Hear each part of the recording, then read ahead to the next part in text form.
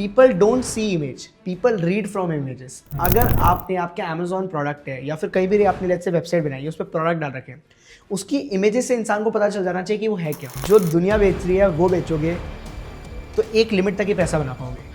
Eight the end of the day you need to compete on price. आपको price पे खेलना पड़ेगा। Find a different market. अगर आपने एक अच्छा मार्केट ढूंढ लिया कि यार मुझे पता है north east is a good market to enter, आप देखोगे चाइना के प्रोडक्ट्स कौन कौन से जो हम जनरली यूज करते हैं, ऐसे प्रोडक्ट जो हमारे जनरल यूज केस के हैं, चाइना उसमें बेटर है। तो लोग बाहर कैसे बेचे, क्या ऐसी स्ट्रेटेजी फॉलो करें जिससे कि उनको यहाँ पे अगर मैं कहूँ लेट्स से $1000 भी मंथ का बनने लग जाए तो उसके बारे में बता दो। अब बहुत लोगों को एक कंफ्यूजन भी होता है कि जब मैं एक्सपोर्ट करता हूँ तो जीएसटी क्या होगा, जीएसटी तो इंडिया का है, तो बाहर क्यों लग रहा है। तो मैं अंकित से कोई माल खरीद रहा हूँ या फिर आज मैं अंकित एलएलपी से माल खरीद रहा हूँ, फर्क होगा ना। एक एलएलपी है, कंपनी है, तो ट्रस्ट पैदा होता है, ट्रस्ट बिल्ड होता है। Most of the sellers are from India and most of the sellers who are from India are selling jewellery. Jewellery India से सबसे ज्यादा एक्सपोर्ट हो रही है वर्ल्ड में। बता 90% ऑफ द ह्यूमन हेयर पूरे वर्ल्ड का इंडिया एक्सपोर्ट कर रहे हैं। आई थिंक आपने ना ये डिस्क्राइब कर दिया कि जो 90% लोग हैं यही फेल कर रहे हैं ड्रॉप शिपिंग में, राइट, कि वो प्रोडक्ट को सही जगह प्लेस नहीं कर रहे हैं कि कहाँ पे बेचना चाहिए, कहाँ पे बेचना। तो आई थिंक मुझे ऐसा लगता है आज के यूथ के लिए अब सबसे हाई टाइम है identification of Indian products and start building a brand. China के पास प्राइस वाली कहानी है, इंडिया के पास बनाने वाली कहानी है। Story of that product which is made let's से 20 डेज लगे उस प्रोडक्ट को बनने में, which is handmade, made with these material. AI का नेक्स्ट यूज आप कर सकते हो। There are couple of tools जो आपको बताते हैं कि आपके एड क्रिएटिव्स वर्क भी करेंगे नहीं करेंगे। कुछ ऐसी कोई स्ट्रेटेजी जो बताना चाहो जो आजकल लग रहा हो कि मिस है मार्केट में। सो हेलो गाइस, आप सबका स्वागत है एक नए एपिसोड में। हम उम्मीद करते हैं आप सब बहुत अच्छे होंगे। जो आज हम जिनका पॉडकास्ट करने जा रहे हैं उन्होंने अपने 20 साल की उम्र में 400 प्लस इंटरनेशनल स्टूडेंट्स को ई कॉमर्स और ड्रॉप शिपिंग के बारे में पढ़ाया है और उनको बिजनेस के बारे में बताया कैसे आप इनसे बिजनेस कर सकते हो। और अब ये अपना एक नया स्टार्टअप लेके आ रहे हैं जिसमें ये हेल्प कर रहे हैं to build a D2C brand, जिससे कि आप अपने प्रोडक्ट को ग्लोबली बेच सकते हो, कैसे आप इसको सेल कर सकते हो।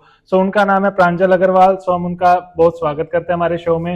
वेलकम प्रांजल हमारे शो पे आने के लिए। सो अब हम इनसे जानेंगे इनकी जर्नी के बारे में, कैसे इन्होंने ये स्टार्ट किया, कैसे इनकी जर्नी के बारे में आए। So welcome. Thanks for joining us, Pranjal. Really thank you Manish, really thank you अंकित मुझे बुलाने के लिए। It's our pleasure. We are happy to hear you. So we would like to hear about your story. Like, how did you start? How did you get into the drop shipping and all this stuff? Okay.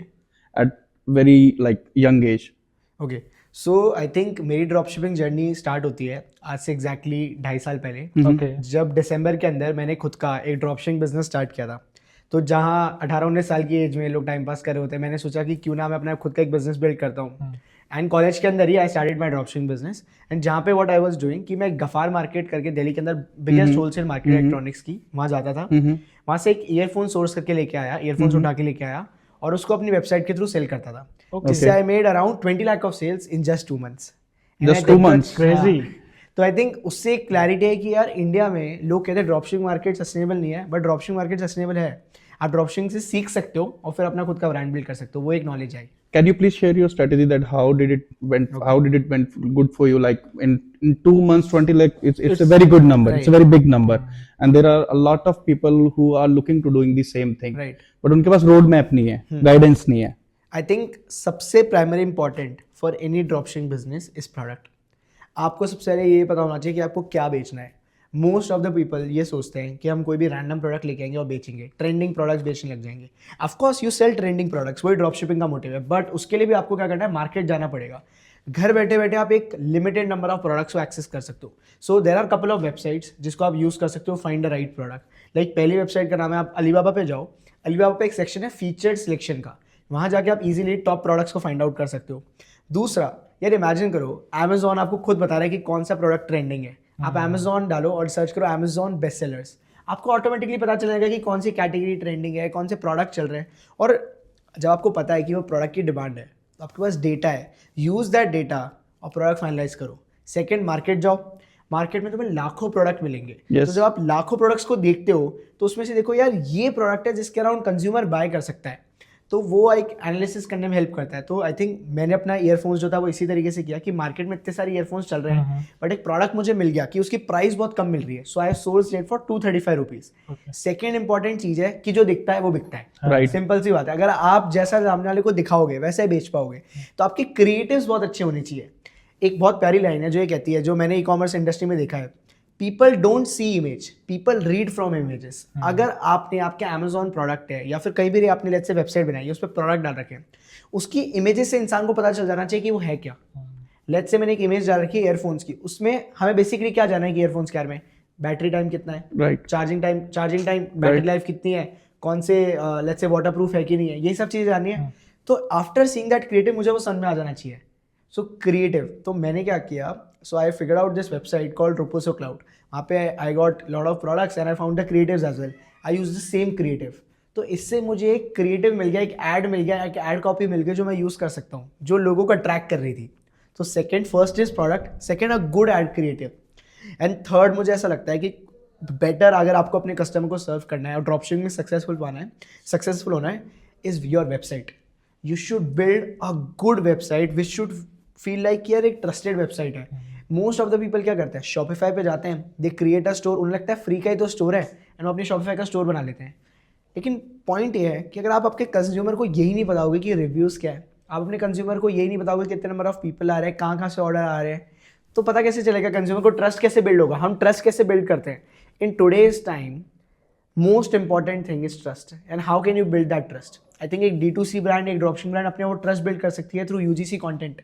आज में content is power. Most of the brands are focusing on this thing कि यार आप ऐसे creators को पकड़ रहे हो विच इज नैनो क्रिएटर्स और माइक्रो क्रिएटर्स जिनके 1000-2000 फॉलोअर्स हैं, हु आर सेइंग कि यार मैं फीमेल क्रिएटर्स दैट मैं यहाँ गई थी and I found this product which is amazing. I think that kind of content goes really well, and वो कंटेंट जो है वो बहुत पावरफुल देता है, एक ब्रांड को पुश देता है कि आप वो बिल्ड कर सकते हो। So let's say I'm a beginner. I'm just trying to start this business like D2C or drop shipping. Okay. So suggest me few hacks that how I can find a profitable product for me. Okay, That this product will gonna viral. Right. यार देखो, जो दुनिया बेच रही है वो बेचोगे तो एक लिमिट तक ही पैसा बना पाओगे। At the end of the day you need to compete on price, आपको प्राइस पे खेलना पड़ेगा। लेकिन उसका दूसरा सोल्यूशन क्या है, ऐसा प्रोडक्ट ढूंढो जो कोई नहीं बेच रहा। अब वो हो क्या सकता है, rather than selling same generic Chinese product which everyone is selling, start selling Indian products. ये मैं कहता हूँ, क्योंकि मुझे ऐसा लगता है कि जब पूरी दुनिया चाइनीज प्रोडक्ट सेल कर रही है तो प्रॉब्लम क्या हो रही है, सब सेम तरीके का प्रोडक्ट सेल कर रहे हैं। Right. जब सब सेम प्रोडक्ट सेल कर रहे होंगे, बहुत सारे सेलर्स हो जाएंगे, मार्केट कॉम्पिटिटिव हो जाएगा, तो पॉइंट ऑफ डिफरेंशिएशन जो रहेगा दैट इज ओनली प्राइस। आप सिर्फ प्राइस पे कॉम्पीट कर पाओगे, और अगर आपको प्राइस पे कॉम्पीट करना पड़ रहा है तो वो बिजनेस नहीं है, that is not a brand, that is a धंधा बिजनेस, लाला type business that you are doing. Got it. So इसलिए सबसे बेस्ट है start with different product, that is Indian products. Why Indian products, पहला handmade है, उस पर कोई प्राइस नहीं होती। यार देखो, एक ईयरफोन्स बन रहा है, सबको पता है उसकी प्राइस क्या है, एक फिक्स प्राइस है नहीं, एक कॉम बन रहा है, सबको पता है। लेकिन a product which is handmade, hand crafted, उसकी प्राइस आप डिसाइड करते हो, बिकॉज कंज्यूमर जो है वो उसकी परसीव्ड वैल्यू देता है। जब मैं परसीव्ड वैल्यू का मतलब ये होता है कि किसी के लिए एक एंटीक की वैल्यू 500 रुपए हो सकती है, किसी के लिए 5000 हो सकती है। आई थिंक अभी रील भी चल रही है कि किसी ने पत्थर तोड़ के, वो ईंट तोड़ के घड़ी बनाई थी, उसके अंदर म्यूजिक बनाया था, स्पीकर। राइट, तो आई थिंक वो चीज है, तो वो चीज हिट करती है। तो इंडियन प्रोडक्ट सबसे पहले डिफरेंशिएटेड प्रोडक्ट। दूसरा प्रोडक्ट हो गया मार्केट दूसरी ढूंढो। यार सोचो, जब सब लोग इंडिया के अंदर ही वही हमारे 27-28 स्टेट्स को टारगेट करेंगे, उन्हीं को बेचेंगे, तो फिर कैसे बेच पाओगे। अच्छा चलो एक सिंपल सा एक टेस्ट करते हैं। आप मुझे 5 ऐसी जगह बताओ जहां आप अपना माल इंडिया के अंदर सेल कर सकते हो। 5 ऐसी कौन सी सिटीज या स्टेट दिमाग में सिटीज आते हैं? होंगी जो Delhi, Mumbai, Pune, Metro cities. Metro cities आती है, Right. उसके बाद 5 पे आओ। We can- 5 हम we लेते हैं, can- Delhi, Mumbai, Chennai, Kolkata. Like small town, not small town which are in average, like Like Chandigarh हो Tier 2 गया, आ गया, चंडीगढ़ ले लेते हैं, और हाँ, चंडीगढ़ हो गया आपका, you can say हिमाचल में जयपुर हो गया, जयपुर हो गया, जयपुर हो गया, उदयपुर हो गया, उदयपुर हो गया। and if we'll go to the south side, so we can go for Kerala and all. Agreed. अब हमने 10 की बात करी, टॉप 10। हाँ। इस टॉप 10 के अंदर असम नहीं आया, मिजोरम नहीं आया, नागालैंड नहीं आया। Yes. हम लोगों ने 7 सिस्टर्स को तो भूल ही गए, सिक्किम ही नहीं आया। Right. North east market, everybody is focusing on 3 markets, west, south and north. Why nobody is focusing in east market? जब पता है ईस्ट के अंदर इतनी पॉसिबिलिटीज है, गवर्नमेंट सपोर्ट कर रही है, वहाँ पे इतना ज़्यादा डेवलपमेंट हो रहा है, but nobody is building a brand around that. I think वो मेन जरूर कि फाइंड अ डिफरेंट मार्केट। अगर आपने एक अच्छा मार्केट ढूंढ लिया कि यार मुझे पता है north east is a good market to enter into north east. Mizoram, Nagaland, Assam, कितने सारी जगह आपके पास सेल करने के लिए, वो तो हम फोकस ही नहीं करता है। मणिपुर, इंटरनेशनली भी कर सकते हो। इंटरनेशनल अगर आपको लग रहा है यूएस में माल बिक रहा है और वहाँ पे बहुत सारे सेलर है, go to UK, Canada, Australia, Singapore, कितनी सारी कंट्रीज में हम जा सकते हैं, Africa big market again. Yeah. So I think most of the people stuck हो जाते हैं यहाँ पे। तो सेकंड प्रोडक्ट के बाद गुड डिफरेंशिएट प्रोडक्ट ढूंढ लो, जो आपको मैंने बताया इंडियन प्रोडक्ट्स, ठीक है। सेकंड, आप एक डिफरेंट मार्केट ढूंढो। अब आप बोलोगे कि मैं ये प्रोडक्ट सिलेक्ट कैसे करूंगा प्रोडक्ट? राइट यार सिंपल है, आज की डेट में गूगल पे जाओ, गूगल पे जाके सर्च करो टॉप इंडियन प्रोडक्ट्स, मिलेंगे। गवर्नमेंट के हैंडीक्राफ्ट सर्विस सेंटर बने, वहाँ जाओ, वहाँ प्रोडक्ट्स देखो। डिफरेंट ट्रेड फेयर्स होते हैं, वो ट्रेड फेयर्स में जाओ, सर्च करोगे इंडियन ट्रेड फेयर, उधर जाओ, देखो कितने डिफरेंट प्रोडक्ट्स हैं। हमारे भारत के कल्चर के बारे में जानो, प्रोडक्ट्स मिल गए। सेकंड, प्रोडक्ट्स मिलने के बाद क्या होता है, आपको मार्केट ढूंढना है, उस मार्केट के लिए करना होता है एनालिसिस। अब मार्केट का एनालिसिस कैसे करोगे? आज की डेट में एनालिसिस का सबसे बड़ा सोर्स क्या है? AI has all sort of knowledge. You go on AI, you put मुझे ये चाहिए, उसका वेब सर्च मॉडल लगाओ, उसको वो लोग करके देगा। I tell you one more AI tool which is very good, Comet। Okay, so what it does, like Comet के क्या फायदे हैं? आप परप्लेक्सिटी का कॉमेट टूल है, उसको डाउनलोड करो। आप उसको बोलो कि मेरे लिए टॉप 10 लेट्स से ये है, इस प्रोडक्ट है, इसका मार्केट एनालिसिस करके दे। वो एक वेबसाइट के ऊपर जाएगा, सारा का सारा डेटा स्क्रैप करेगा और आपको डिटेल एनालिसिस करके देगा। मतलब इट्स एजेंटिक, मतलब वो आपके कहने पे सारा काम करके देगा। तो यार आपका काम कितना ज़्यादा ऑटोमेट हो जाएगा। तो एज अ बिगनर आपने प्रोडक्ट ढूंढ लिया, अब आपने मार्केट पता कर लिया कि कौन से मार्केट माल बिक रहा है। जीपीटी ने, परप्लेक्सिटी, कॉमेट ने आपकी हेल्प कर दी कि यार ये मार्केट में टॉप सेलिंग है। या तीसरा ऑप्शन कि जो भी बंदा वहाँ सेल कर रहा है, जैसे अमेजोन में सेल कर रहा है, यूके में, कनाडा में, जहाँ भी सेल कर रहा है, इंडिया में कर रहा है, उसके रिव्यूज देख लो, एक लमसम आइडिया आपको मिल जाएगा। राइट, 10-20% लगभग रिव्यू आते हैं। तो एक रिव्यू से you can get an idea, आपको पता चल गया कि इसकी सेल कितनी हो रही है। और मार्केट में कपल ऑफ टूल्स है, हीलियम 10 है, AMZ स्काउट प्रो है, जो आपको बताते हैं इनकी सेल्स कितनी है। आपको सेल्स पता चल गई, यानी वो प्रोडक्ट चल रहा है। फिर वहाँ पे टेस्टिंग करो, एक बेसिक सी एड कॉपी बनाओ, फेसबुक एड्स पे जाओ, एक बेसिक सी एड रन करो, आपको पता चल जाएगा कितने नंबर ऑफ पीपल आ रहे हैं, कितने नंबर ऑफ पीपल नहीं आ रहे हैं। तो आपके लिए एटलीस्ट स्टार्ट करना would be very much easy. आपने प्रोडक्ट ढूंढ लिया, मार्केट हो गया, एक बेसिक एड रन करो ये देखने के लिए कि आपके पास लोग आ भी रहे, नहीं आ रहे, कितने विजिट्स आ रहे हैं। ऑर्डर नहीं आए चलेगा। आज की डेट में to launch a product is very much easy, you just need to create a landing page. और आपको या बस प्रोडक्ट नहीं भी हो तो आप एक लैंडिंग पेज बनाओ, ऑर्डर ले लो, फिर पैसे वापस कर दो ना। आपको टेस्टिंग पता लगेगी, टेस्टिंग हो रही है, पैसे वापस कर दो, ठीक है। आपको तो टेस्टिंग करनी थी, आपकी मार्केट की टेस्टिंग हो गई। और अगर आ भी जाता है तो इंडिया मार्ट से खरीद के बेच दो। That's a great idea. That's I think ये आपने पूरा प्रोसेस बता दिया कि आप कैसे स्टार्ट कर सकते हैं अपने बिजनेस को। तो मुझे ये जानना है, जो आपको इतनी क्लैरिटी आई 19 साल में, जो आपका पहला बिजनेस बनाया, 2 महीने में 20 लाख बनाया, तो आपको क्लैरिटी कैसे आई कि मुझे ड्रॉप शिपिंग के ही बिजनेस में ही बेनिफिट है और मैं इसी में जाऊं? क्योंकि आजकल के हम देखते हैं कि जो 19 साल का अगर कोई भी होगा स्टूडेंट, वो आई थिंक करियर को लेकर नहीं डिसाइड हो पाता कि मुझे ये करियर चाहिए, बट आपने इसको पिक किया कैसे? यार आई थिंक इसमें कॉलेज का बहुत ज़्यादा रोल रहा है। Okay, so I am in masters union school of business. Okay, अब वहाँ पे क्या है, हमारे करिकुलम में है कि हमें बिजनेस बिल्ड जो प्रथम मित्तल जी का, प्रथम मित्तल का, राइट, जो ही is coming on Shark Tank as well, right. So वहाँ पे लर्निंग इस तरीके की, आप समझो, अगर फर्स्ट 3 मंथ्स में मैंने पढ़ा एंड 3 मंथ्स बाद मेरे को बोला गया कि you build a dropshipping business, मुझको बोला गया कि अब बनाओ कॉलेज में बोला जाता है, हाँ, कि बिल्ड करो। So it was your project? हाँ, so it was a college project, you can think of, जिसकी उस बेसिक्स पे ग्रेड्स भी मिल रहे हैं और पैसा भी मिल रहा है। Okay, so I did my drop shipping and I think मैं ये नहीं कहूँगा कि ड्रॉप शिपिंग एक बहुत ज़्यादा sustainable kind of a business है। आई थिंक मैं ये कहूँगा कि for start it is very good. अगर आपको ई कॉमर्स इंडस्ट्री में एंटर लेनी है, if you want to build your own brand, it is very good to start with drop shipping. Okay, अगर आपकी ड्रॉप शिपिंग स्टार्ट हो जाती है, आपको लग रहा है कि आप वो मार्केट समझ में आ रहा है कि कैसे हो रहा है, फिर बिल्ड अ ब्रांड ना। सिंपल सी बात है। ब्रांड का मतलब क्या है कि लोगों के दिमाग में लोग उसकी वैल्यू के लिए पैसा देने लग जाएंगे, एक्स्ट्रा पैसे भी। तो start building a brand then, initially start with drop shipping, ताकि क्योंकि उसमें आपकी कोई कॉस्ट नहीं है। तो मुझे दिमाग में ये था कि कॉलेज प्रोजेक्ट की तरह स्टार्ट किया, बट इसकी ब्रांड क्रिएट करनी है।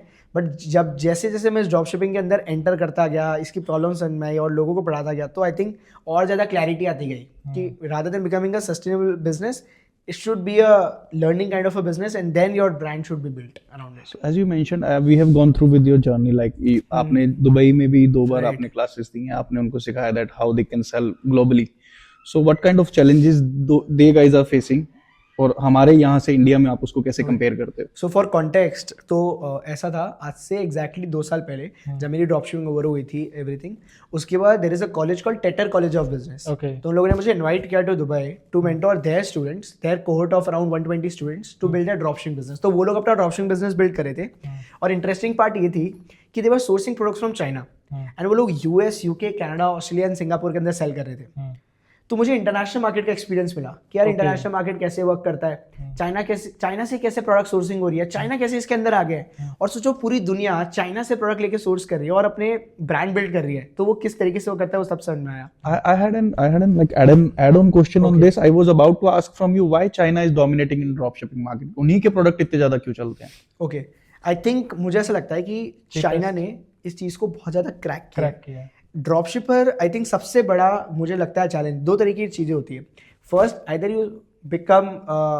either you sell to mass, either you sell to class. I believe in class. Right. So it is like कि China people who are sourcing from China are focusing on mass.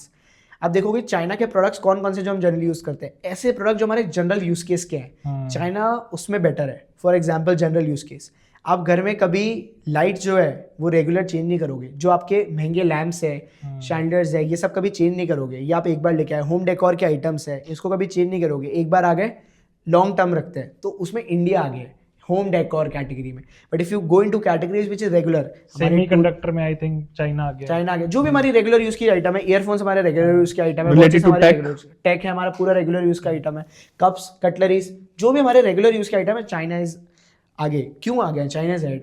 Reason being is I think China ने वो जो manufacturing है वो बहुत अच्छे से crack करी है. फर्स्ट, इंडिया में ऐसा क्यों नहीं हो पा रहा है कि इंडिया क्यों नहीं क्रैक कर पा रहा है इस चीज को? क्योंकि यार- पॉपुलेशन तो हमारे पास भी है, यूथ हमारे पास सबसे ज्यादा है. इंडिया कर पा रहा है क्रैक, लेकिन क्या होता है इंडिया में एक सबसे बड़ी प्रॉब्लम पता है क्या है? हर बंदे को मैन्युफैक्चरिंग से स्टार्ट करना है. बट एक्चुअली ये समझो कि मैन्युफैक्चरिंग से पहले आपके लिए ये जानना जरूरी है कि जो प्रोडक्ट है वो बन किससे रहे. एग्जाम्पल, लेट्स से एक ईयरफोन्स है, हर बंदा सोचता है मैं ईयरफोन की मैन्युफैक्चरिंग स्टार्ट कर देता हूँ, but that is not a solution. First आप एक ईयरफोन चाइना से लेके आओ, उस ईयरफोन्स को खोलो, उसमें जानो कि ईयरफोन्स में क्या क्या पार्ट लगे. मान लो एक चिप लगी होगी, कुछ और आइटम लगा होगा, स्पीकर लगा होगा, वो सारे आइटम्स को लिख लो, आप नोट बना लो. ठीक है. अब आप ये देखो कि क्या इज इट पॉसिबल कि आप वो सारे आइटम्स को इंडिया में मैन्युफैक्चर कर सकते हो. बिकॉज होगा ये कि जब आप ये सोचोगे मुझे ईयरफोन्स मैन्युफैक्चर करना है, तो eight the end of the day आप यही करोगे, आप चाइना से इंपोर्ट करके सीकेडी कंटेनर कहते हैं, ओपन कंटेनर आता है, आप उसको यहाँ पे मिला दोगे और बन जाएगा वो product. Right. Rather than doing that, think कि वो उसके अंदर बिल्डिंग ऑफ मटेरियल्स कहते हैं, वो क्या है वो आपको पता चल गया. BOM क्या है, बिल ऑफ मटेरियल. और फिर उसके बाद आप ये देखो कि क्या मैं उन मटेरियल को इंडिया में प्रोड्यूस कर सकता हूँ. जब इंडिया में लोग ये सोचेंगे कि मैं मटेरियल्स को, रॉ मटेरियल कैसे मैन्युफैक्चर हो सकता है, तो ही प्रोडक्ट बनेगा. Because China is good in raw material. आप देखो चाइना जितने भी प्रोडक्ट्स है उसमें रॉ मटेरियल चाइना बना पा रहा है, तभी वो एक प्रोडक्ट बना पा रहा है, मैन्युफैक्चर कर पा रहा है. और इंडिया के पास वो मैन्युफैक्चरिंग कैपेसिटी है, but raw material manufacturing capacity नहीं बन पा रही है. तो अभी तक जैसे आपने 400 प्लस स्टूडेंट्स को पढ़ाया है, हाँ. तो उनमें से किसी की हाई अर्निंग कितनी आई है कि उन्होंने बताया हो कि मैंने एक मंथ में इतना कमाया या एक साल में अभी dropshipping रिसेंटली में? है. So one of the student में $10,000 of sale just for 1 month. हाँ, right. Okay. Nice. So simply he was selling to selling in So, US market. अभी ये भी देखा जाता है कि इसका कंपटीशन बहुत बढ़ गया है. ड्रॉप शिपिंग के बारे में इंडिया में भी काफी ज्यादा लोग कह रहे हैं, सर्च करते हैं कि मुझे ड्रॉप शिपिंग का बिजनेस करना है, बट उसके अंदर ये हो गया कि कंपटीशन बहुत है कि वो बाहर नहीं बेच पाते. हाँ. जैसे आपने तो इंडिया में ही माल बेच दिया, उससे 20 लाख कमाया. हाँ. तो लोग बाहर कैसे बेचे, क्या ऐसी स्ट्रेटेजी फॉलो करें जिससे कि उनको यहाँ पे अगर मैं कहूँ लेट्स से $1,000 भी मंथ का बनने लग जाए, तो उसके बारे में बता दो. पर उससे पहले मैं एक चीज बताऊंगा कि इंटरनेशनल बेचना क्यों जरूरी है. हाँ. फायदे क्या इंटरनेशनल के, तभी तो लोगों को पता होगा, तभी तो बेचोगे. या राइट. सबसे पहला, इंडियन मार्केट पूरा COD से बना हुआ है, कैश ऑन डिलीवरी से. Yes. Right. 99% of the order cash on delivery. Cash on delivery. But if you go internationally, हाँ. their whole market is prepaid. That means if you are selling online, यार पैसा पहले आ रहा है, तो सबसे अच्छी बात कैश फ्लो बहुत अच्छे से मैनेज कर पाओगे. Second thing is international market work करता है प्रीमियम प्रोडक्ट्स पे. आपकी प्रोडक्ट्स की वैल्यू है, perceive value, you are able to get more and more value from that same product. अगर आप इंडिया में कोई प्रोडक्ट 500 रुपये का बेचते हैं, वहाँ पे आप वही सेम प्रोडक्ट 5,000 का बेच पाओगे. तो capacity of paying capacity is huge out of India. But वो सप्लाई चेन का नहीं फर्क पड़ता कि यहाँ से अगर इंडिया से अगर प्रोडक्ट जा रहा है तो वो I have one उस पे one लॉजिस्टिक्स कॉस्ट लग जाएगी. related question. This like the foreigner consumer has the authority of chargeback. Let's say I don't like your product after receiving it. हाँ. I'll go for the chargeback. How you guys will deal with this? आपको तो उसमें dent पड़ेगा बहुत बड़ा. Let's say आपने कोई 100 rupees की मुझे चीज बेची, ओके. मैंने उसको, मेरे पास रिसीव होगी, मैंने चार्जबैक डाल दिया उस पर, मुझे तो चार्जबैक मिल जाएगा. आप लॉस में रहोगे, उसको आप कैसे हैंडल करोगे? सबसे पहली चीज, चार्जबैक क्यों आएगा?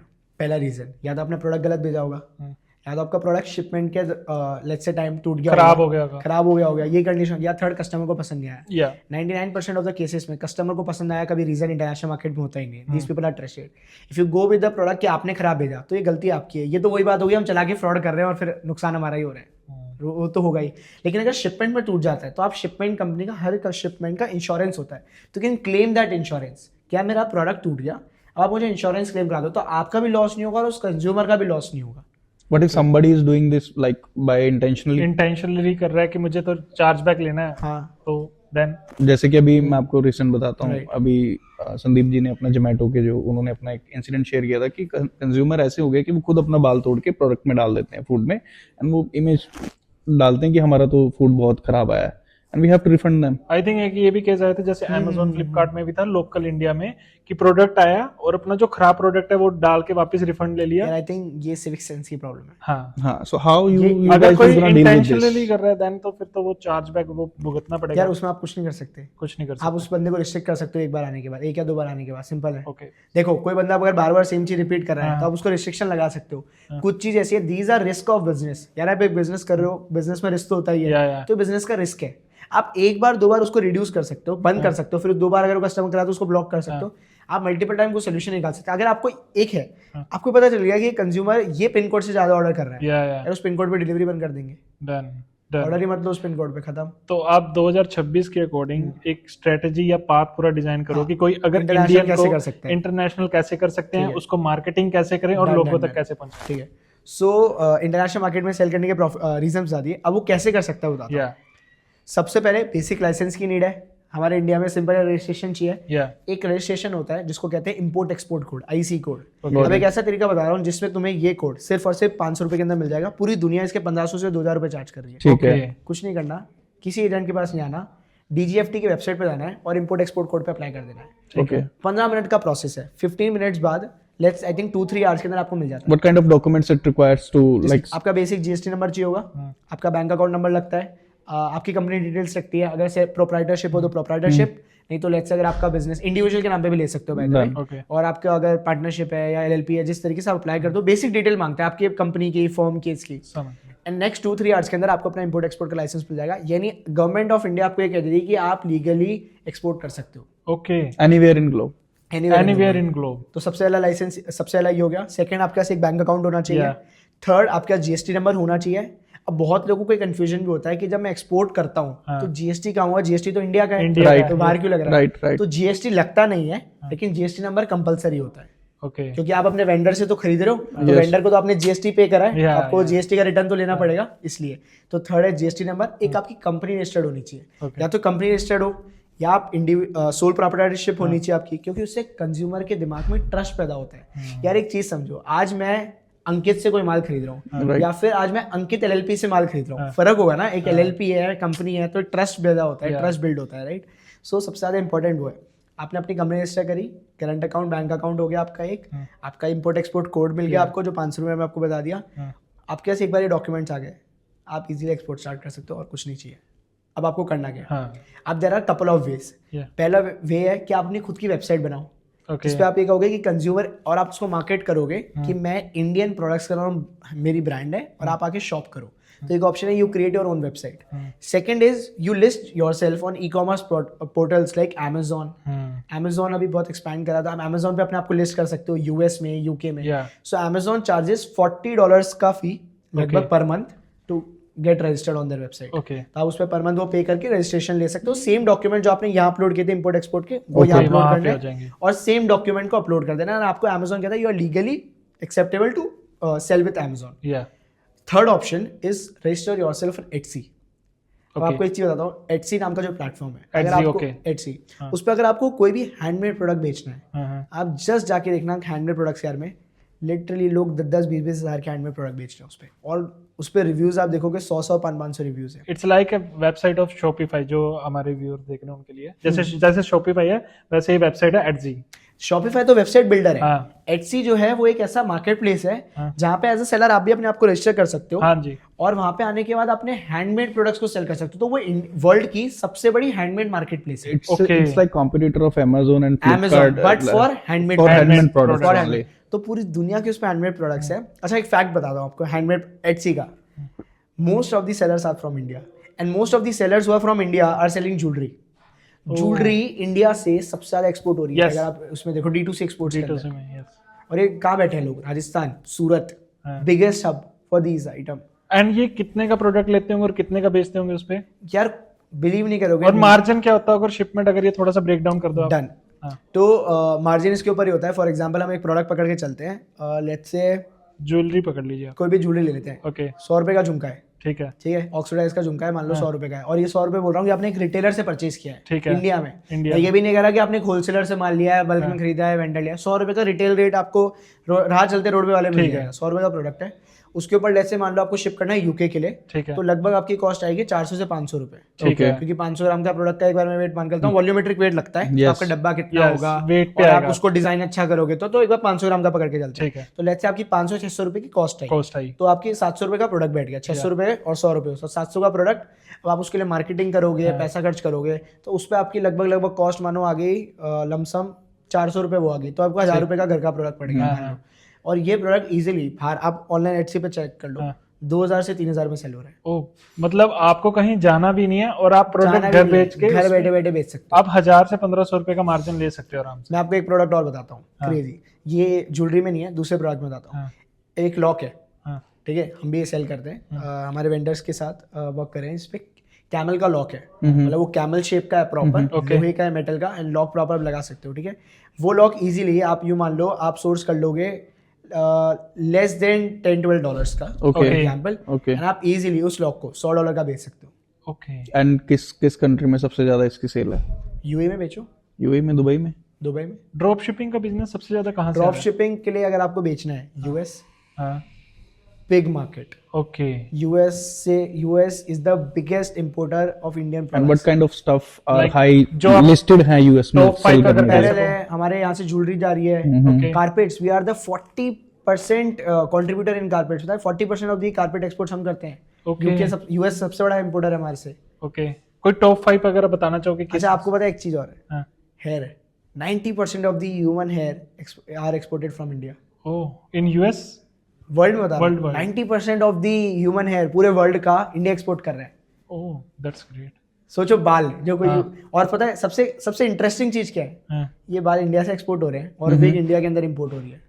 ओके ये रिवर्स चला हुआ है। ये रिवर्स चला हुआ ये है। वो मेरे को लगता है वो होगा ही मेरा, मैं मुझे ही एक चाहिए। रुपए का चीज बेच के हम 5 रुपए में ले रहे हैं, समथिंग लाइक दैट। राइट। तो ये सबसे बड़ी गलती है। जब मैंने कहा था रॉ मटेरियल इंडिया के पास इतना तगड़ा रॉ मटेरियल है जिससे विग बन सकती है, ब्रांड बन बट सकती आई है। थिंक अब निश शेयर उसको टेक ओवर कर रहा है। हाँ, कर रहा है, न्यू शेयर कर रहा है, निश शेयर उसको टेक बट ओवर। बहुत ब्रांड्स है, बहुत मार्केट market बहुत बड़ी है। बहुत जब बढ़िया है, 90% yes. ऑफ दी वर्ल्ड का कर रहे हैं तो मार्केट कितनी बड़ी होगी। Yes yes yes. तो मतलब ह्यूमन एयर यहाँ से जा रहे हैं लेकिन उसकी ब्रांड नहीं बन पा रही है, और अभी वो इंडिया में आ रहा है और उसकी लोग विग की ब्रांड बना रहे हैं चाइना से इंपोर्ट करके, और चाइना हमसे खरीद रही है यस यस। Human air. तो एक वो पॉइंट है।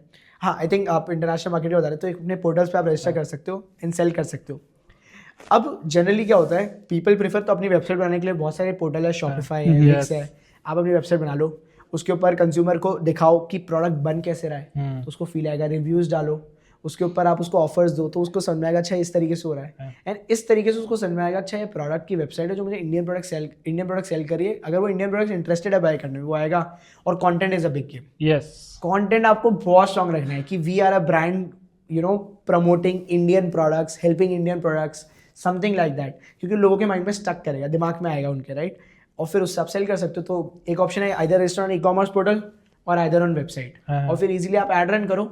हर प्लेटफॉर्म पे एड्स रन करने का ऑप्शन है, मेटा एड्स होती है, गूगल एड्स होती है, इनको रन करो और दिन का 1000 रुपये का बजट लगाओ, ज़्यादा लगाना, 1000 से 1500 रुपये का। मैं कह रहा हूँ एक सेल भी आ गई ना, आपका पूरा का पूरा एड कॉस्ट। एंड जो आप 1000 रुपए का बजट कह रहे हो, टारगेट कंट्री कौन सी करनी चाहिए? यार अच्छा, ये बहुत अच्छा पॉइंट है, टारगेट कंट्री, क्योंकि कई लोगों को नहीं पता होता, वो सब पे लगा देते हैं। ये बहुत ज़्यादा वेरी करता है डिपेंडिंग अपॉन कि आप कौन सी specific what do I call countries को टारगेट, प्रोडक्ट्स को टारगेट प्रोडक्ट कर। कौन सा है और उस हिसाब से तो मैं आपको कुछ एक आइडिया देता हूँ, 3 कंट्रीज के बारे में बताता हूँ, UK, UAE and Singapore. Okay. Right now इनके मार्केट पर्सोना का थोड़ा सा बेसिक आइडिया देता हूँ आपको। यार दुबई में क्या चीज़ चलेगी, तो आप दुबई में यहाँ से इंडिया से ज्वेलरी चल सकती है, यस। हैंडमेड आइटम चल सकता है। यूके के अंदर वुडन आइटम बहुत चलते हैं, बहुत डिमांड है यूके के अंदर। आप सिंगापुर मार्केट पकड़ लो, सिंगापुर मार्केट के अंदर प्रीमियम देने के लिए लोग तैयार है। यूके कंज्यूमर जो है कारपेट्स के लिए बहुत दीवाना है। ओके। मतलब ये डिपेंड आपका बहुत ज़्यादा पर्टिकुलर करेगा कि कौन सी कंट्री टारगेट नहीं है। आपको सबसे पहले स्टडी करना होगा, आपको कोई भी कंट्री टारगेट करनी है कि उस कंट्री की पेइंग कैपेसिटी कितनी है। सबसे पहले आपने अपना प्रोडक्ट देखा। यार आप एक चीज़ बताओ, आप दुबई के अंदर कोई हिंदू का प्रोडक्ट लेके जाओगे, Yeah. मुश्किल है बेचना। Yes. Right. Yes. आपको ऐसा प्रोडक्ट लेके जाना पड़ेगा जो मुस्लिम लोग खरीदे। So simple is there any platform which can give us insights about the trending products about their country जो बाहर से export उनको ज्यादा हो रहा है? Simple, TikTok shop. आप टिकटॉक शॉप पे जाओ, वो आपको बताए, उस पर दिख जाएगा टिकटॉक शॉप के ऊपर कि ट्रेंडिंग प्रोडक्ट्स कौन से हैं। Okay. उस पर दिख रहा है According to country. According to country. आप Okay. डालो टिकटॉक शॉप यूएई, हाँ. आप डालो Amazon यूएई बेस्ट सेलर्स। हाँ. यहाँ बैठे बैठे कोई डालेगा Amazon यूएई बेस्ट सेलर्स, उसको दिख जाएगा Amazon के बेस्ट सेलर कौन से हैं। वापस Got it. Back to basics, products का पता चल जाएगा प्रोडक्ट क्या का पता चलेगा प्रोडक्ट्स कि बिक क्या रहे हैं। प्रोडक्ट की कैटेगरीज चल रही है, फिर उस हाँ। कैटेगरी बनाओ। वापस से अलीबाबा यूएई बेस्ट सेलर्स, हाँ. पता चल जाएगा कौन सा चल रहा आई है। थिंक आपने ना ये डिस्क्राइब कर दिया कि जो 90% लोग हैं यही फेल कर रहे हैं ड्रॉप शिपिंग में, राइट, कि वो प्रोडक्ट को सही जगह प्लेस नहीं कर रहे हैं कि कहाँ पे बेचना चाहिए कहाँ पे हमें। बेचना। अच्छा, एक चीज और, एक स्टडी बहुत इंपॉर्टेंट है। सबसे पहले हमें देखना है कि कंज्यूमर बाय कहाँ से कर रहा है, हाँ. और कौन सी जब जो आप कंट्री टारगेट करना चाह रहे हो उधर कंज्यूमर की बाइंग पैटर्न क्या है। तो Okay. हमने एक एनालिसिस किया यूके, यूएन, सिंगापुर में। If you go to UAE, hmm. People buy from Noon. Okay. Noon एक ऐप है जो यूएई में चलता है, उस पे लोग ऑर्डर प्लेस करते हैं। Yeah. तो नून इज अ कॉमन प्लेटफॉर्म जहाँ पे लोगों की ई कॉमर्स परचेज हो रही है। हाँ. It is not people's website, it is not Amazon, it is Noon. If you go to UK, it might be offline stores which is setup. हाँ. तो वो चीज पता होना बहुत जरूरी है कि लोगों की परचेजिंग पावर कितनी है, कितनी है? और लोग एक्चुअली में कौन से प्लेटफॉर्म से परचेज कर रहे हैं। If you go to Singapore, वहाँ पे अलग वेबसाइट चल रही है, वहाँ पे आई थिंक लपेजो करके कोई वेबसाइट है, वहाँ पे वो चल रही है। तो आपको ये पता होना चाहिए कि where people are buying from, तभी आप राइट कंट्री, राइट प्लेस को टारगेट कर पाओगे। अगर आपने लेट्स से आपका मन है कि आपको यूएस बेचना है, यार आपको ये देखना है कि आपके प्रोडक्ट की कॉस्ट क्या है, सेलिंग प्राइस, ठीक है, सेलिंग प्राइस देखनी है, और आपको देखना है कि वो प्रोडक्ट कंज्यूमर कैसे खरीदेगा। फॉर एग्जाम्पल, ये बुक है, हाँ. यार अगर ये बुक के बारे में मुझे पता नहीं है, या फिर एक कपड़ा है जिसका मुझे फील लेना है, कपड़ा है उसका मुझे फील लेना है, तो फील के लिए वो अपने ऑफलाइन स्टोर पे जाएगा जो नियर बाय होगा। right. तो आपको कहाँ प्रेजेंट होना होगा, आपको ऐसी जगह प्रेजेंट होना होगा जो ऑफलाइन सुपरमार्केट है या स्टोर्स है। तो आपको ऐसे लोगों को टारगेट करना होगा। तो आपको प्रोडक्ट बेचना है तो ये होना, इसको कहते आई हैं थिंक आपको कस्टमर को नहीं फिर वेंडर्स को टारगेट करना पड़ेगा। राइट प्रोफाइलिंग टारगेट करनी पड़ेगी। तो इसका मतलब यह है कि कोई भी बिजनेस में सबसे ज्यादा इंपॉर्टेंट क्या है, आपको आपका consumer profile, ideal customer profile जिसको हम कहते हैं आईसीपी, वो डिफाइन होनी चाहिए। सबसे पहला रोल ही है कि अपना आईसीपी डिफाइन करो कि मैं किसको टारगेट करने वाला हूँ। आप एप्पल क्यों लेते हो, हाँ. यार स्टेटस स्टेटस है तो वो सिंबल के लिए वो चाहते हैं। कुछ लोग अग्रेसिव पर्सनालिटीज होती है, मार्बल क्यों चली, राइट, Yes. जो सिगरेट की है, Right. Right. Right. तो वो मैस्कुलिनिटी दिखाती है, वो एक है लोगों की पर्सनालिटी। लाइफस्टाइल क्या होती है, उसकी लाइफस्टाइल है कि वो इतना स्पेंड करता है, वो इतना ट्रैवल करता है, जैसे ट्रैवल करने वाला बहुत बंदा है, ठीक है, वैल्यूज क्या है उसकी। तो आई थिंक ये सब चीजें पता होगी ना, तो आप राइट टारगेटिंग कर पाओगे रादर देन डेमोग्राफिक्स जो आज तक दुनिया करती आई है कि मैं 18 से 24 साल के एज वालों को टारगेट करूंगा, वो यहाँ रहते हैं, यूके में रहते हैं, कनाडा में रहते हैं। क्यों रहते हैं, मैं यूके करूंगा एक कंट्री, लेकिन यूके में ऐसे लोगों को करूंगा जो जिम भी करते हैं, अगर मुझे जिम का प्रोडक्ट बेचना है, ऐसे लोगों को करूंगा जो फिटनेस पे ध्यान देते हैं, ऐसे लोगों को करूंगा जो रनिंग करते हैं, उनके बिहेवियर्स पे फोकस करूंगा रादर देन उनके demographics. In short, we can say that your research and marketing strategy absolutely always create your sales. Agree. वो आपकी सेल्स पे इम्पैक्ट डालेंगे। जितनी अच्छी आपकी मार्केटिंग एंड रिसर्च होगी उतनी ज्यादा आपकी सेल्स होंगी। So you talked about Alibaba. पहले एक ट्रेंड था, लोग अलीबाबा से प्रोडक्ट लेते थे, Right. उसको अपने वेबसाइट पे बेचते थे। ऐसी कोई और कॉम्पिटिटिव वेबसाइट जहाँ से लोग प्रोडक्ट ले सकते हैं which are equals to Alibaba, उतना ही मतलब। सो अगर आपको चाइना से ही काम करना है तो there are couple of websites जहाँ पे आपको एमओक्यू भी नहीं है। अब मैं आपको एक ऐसा तरीका बताता हूँ जिसमें बिना इन्वेंट्री होल्ड करे आप लोग ड्रॉप शिपिंग या फिर अपनी खुद की ब्रांड बिल्ड कर सकते हो। ना 1 रुपये लगाना है, ओके Okay. ना कुछ आपको शॉपिंग ना लॉजिस्टिक्स की कॉस्ट देनी है। सिंपल काम, आपको अली एक्सप्रेस, सीजे ड्रॉप शिपिंग या जेन ड्रॉप, ये 3 प्लेटफॉर्म बता रहा हूँ, और डीजर्स, ओके ये 4 प्लेटफॉर्म है। ठीक है। इन 4 प्लेटफॉर्म को आप अपने खुद के शॉपिफाई स्टोर के साथ लिंक कर सकते हो। ठीक सबसे पहले है। एक वेबसाइट बनाओ, शॉपिफाई के ऐप स्टोर में जाके 4 ऐप है, इनमें से कोई भी लिंक कर लो। ठीक है। इन लोगों ने क्या कर रखा है, चाइना के अंदर अपने सप्लायर्स को ढूंढ रखा है, Okay. बेस बनाया हुआ है, सप्लायर नेटवर्क इनका बहुत स्ट्रॉन्ग ठीक है। है। और ये लोग ये कहते हैं आप इनको अपने स्टोर के साथ लिंक कर दो। जब जब आपके कस्टमर आपकी वेबसाइट पे आके ऑर्डर प्लेस करेंगे, बैकएंड से ये ऑर्डर उठाएंगे Okay. चाइना से और डायरेक्टली आपके कस्टमर को शिप कर देंगे। Okay. तो आपने अपने कस्टमर से एडवांस लिया, एडवांस लेके इसको दिया और इसने शिप कर दिया। सो लॉजिस्टिक वाला सिस्टम ही खत्म हो गया लॉजिस्टिक्स का आपका। सिस्टम, सबसे बड़ा प्रॉब्लम ही खत्म। फुलफिलमेंट का सिस्टम खत्म, दैट इज मीनिंग। पैकिंग का सिस्टम खत्म, आधे लोग पैकिंग नहीं करना चाहते, यस तो पैकिंग खत्म हो गई, पैकिंग नहीं करनी, माल ढूंढने की टेंशन खत्म, बिल्कुल। और एवरीथिंग इज ऑटोमेटेड कि ऑर्डर आया, वो इसके पास गया, इसने डिलीवर कर दिया। तो बीच में जो मैनुअल काम था that is removed. It's like an affiliate. But advance way में हो गया आपकी वेबसाइट पे मेरा Right. मेरा उसकी क्वेश्चन असर ये है कि अगर एक प्रोडक्ट को 100 लोग बेच रहे हैं उसकी डिफरेंट डिफरेंट प्राइसिंग होगी, तो कस्टमर कंफ्यूज नहीं हो जाएगा कि यार ये तो काइंड ऑफ ब्रांड भी नहीं है, क्योंकि ब्रांडिंग ही डिफरेंट होगी ना सबकी, तो वो कैसे उस पर ट्रस्ट जो करेगा? दिखाएगा वो कमाएगा, जिसका पहले माल दिखा उसका बिका, सिंपल सी बात है। अगर So वो तो उसमें rush का game हो गया हाँ, कि rush वहाँ का पे। तभी तो बोले drop shipping is about impulsive buying. हाँ, ब्रांड में आप कभी इम्पल्सिव बाइंग नहीं करते हो। हाँ। इम्पल्सिव बाइंग का मतलब ये है मैं इम्पल्सिव परचेज कर रहा हूँ, मैं आया, मैंने रील देखी, अच्छी लगी, फॉलो करूंगा, Yeah. वैसे ही मेरे को प्रोडक्ट अच्छा लगा, ऑर्डर करूंगा, नहीं अच्छा लगा, हटा। इम्पल्सिव परचेज, इंडिया में वो इम्पल्सिव परचेज है। बाहर के consumer is value seeking, they want value. अगर आप $100 का प्रोडक्ट बेच रहे हो, उनको $100 में वैल्यू चाहिए। Okay, so what do you think, अगर आज के टाइम में प्रांजल ने अगर ड्रॉप शिपिंग स्टार्ट करनी हो तो वो कौन सा प्रोडक्ट चूज करेंगे जो बेनिफिट, मतलब जो प्रॉफिट देगा ही देगा, और किस कंट्री को टारगेट करेंगे? मैं तो इंडियन प्रोडक्ट सेलेक्ट करूंगा सबसे पहले, चाइनीज पे मैं काम नहीं करूंगा, क्योंकि मैं आपको रीजन बता चुका हूँ, प्राइस कंपटीशन, हाँ, सेम सेलर्स, जो आपने भी पॉइंट बोला कि जब 100 लोग एक बेच रहे हैं, कस्टम कंफ्यूज हो जाएगा। सबसे पहले आई थिंक मैं पकड़ूंगा जो प्रोडक्ट मुझे लेने का मन है, ज्वेलरी एक और बार। ओके, मुझे ऐसा लगता है बहुत, शॉल भी ले सकते हैं, जो शॉल का एग्जांपल लेते हैं, या बिकॉज अभी आज ही मैं लुधियाना ट्रैवल करके आया, शॉल मार्केट को देख के आया, समझ के आया। हाँ। शॉल एक ऐसा प्रोडक्ट है, हाँ, आप अमेजोन पे जाना, 85 रुपये की शॉल 85 रुपीज़ की 499 की बिक रही है इंडिया में, और इंडियन कस्टमर्स को ही। इंडियन कस्टमर्स को। अब सोचिए बाहर जाता है माल, हाँ, तो ये कॉस्ट क्या जाएगी? इजीली 1500 से 2000 ऊपर Yeah, जाएगी, right. Easily to easily. Right right. Yes, मेरे सामने एक शॉल थी जिसकी प्राइस थी 10,000 रुपये। हाँ, एंड कंज्यूमर को इंडिया में वो पड़ रही थी वुलन शॉल 21,000 रुपये की। ओह, मेरे सामने उस बंदे ने माल बेचा है, मेरे सामने ऑन कॉल, ओके, 10-15 मिनट की बात थी, 21,000 की इंडिया के अंदर। अब आप सोचो, जो बंदा 10,000 की शॉल 21,000 की इंडिया में बेच रहा है, तो इंटरनेशनल कितने की बेचेगा? अब आपने बोला कहाँ बेचोगे? सबसे बड़ी चीज ठंड कहाँ होती है? शॉल का नहीं लोगे, यूरोप ठंड में ले होती है। सकते यूरोप हो में हो आप। गया, यूएस में हो गया। बस टारगेट मारो उन कंट्री को, लेकिन उसमें भी एक चीज है, टाइमिंग देखो कि कब होती है। हाँ, आपने टाइमिंग देखी, बस आपको पता है कि अब आपका, मैंने क्या बोला, बिहेवियर, डेमोग्राफिक नहीं देखा, अपन ने समझ में आया अच्छा ठंड होती है तो लोग ये जनरली लगाते होंगे, ये उनके लिए प्रोडक्ट हो सकता है। तो शॉल एक ऐसा प्रोडक्ट है, आई थिंक मैं अगर ड्रॉपशिपिंग करता इंटरनेशनल, मैं शॉल पकड़ता, क्योंकि शॉल एक ऐसा प्रोडक्ट है जिसमें मैं 5x to 6x का मार्जिन इजीली बैठे बैठे बता रहा हूँ अर्न कर सकता हूँ इंटरनेशनल में, क्योंकि बाहर लोगों को डिमांड है। इंडिया के पास वो वुलन शॉल है जो पूरी की पूरी हैंडमेड है, उस पर डिजाइन है, उस पर पैटर्न है, मैं आराम से सेल कर सकता हूँ। सिर्फ अपना ब्रांड का लोगो लगाना कि हमारा। अरे लोगों की भी नीड नहीं है। हाँ। आप एक चीज समझो, शॉल में क्या है, शॉल की वैल्यू किस चीज से डिराइव होती है, वो कैसे बनी है, उसका मटेरियल क्या है, उससे उसकी वैल्यू बनती है, सिंपल सी बात है। Yes. ठीक है, मुझे अपनी ब्रांड भी नहीं लगानी है, मुझे बोलना है इस मटेरियल का शॉल है, हाँ, पुलन शॉल है, और आई ये थिंक चीज़ उस है। एड्स में दिखा देना है कि ये चीजें इसके पश्मीना। benefits है। पश्मीना, यस। आप बिलीव नहीं करोगे, आप पश्मीना की याद करो, 1-1 लाख रुपए की पश्मीना शॉल बिकती है, Yes. 1-1 लाख रुपए की। Which country has the most value, like volume in drop shipping? US, US, in terms of buying you are saying? Yes. Yes yes, US के कंज्यूमर जो है, देखो यूएस के अंदर आई थिंक ये ड्रॉपशिपिंग कॉन्सेप्ट बहुत अर्ली आ गया था, हाँ हाँ, एंड आई थिंक वहाँ के कंज्यूमर बहुत ज़्यादा अवेयर है। So if you see the data, तो US consumers buy typically more from drop shipping stores.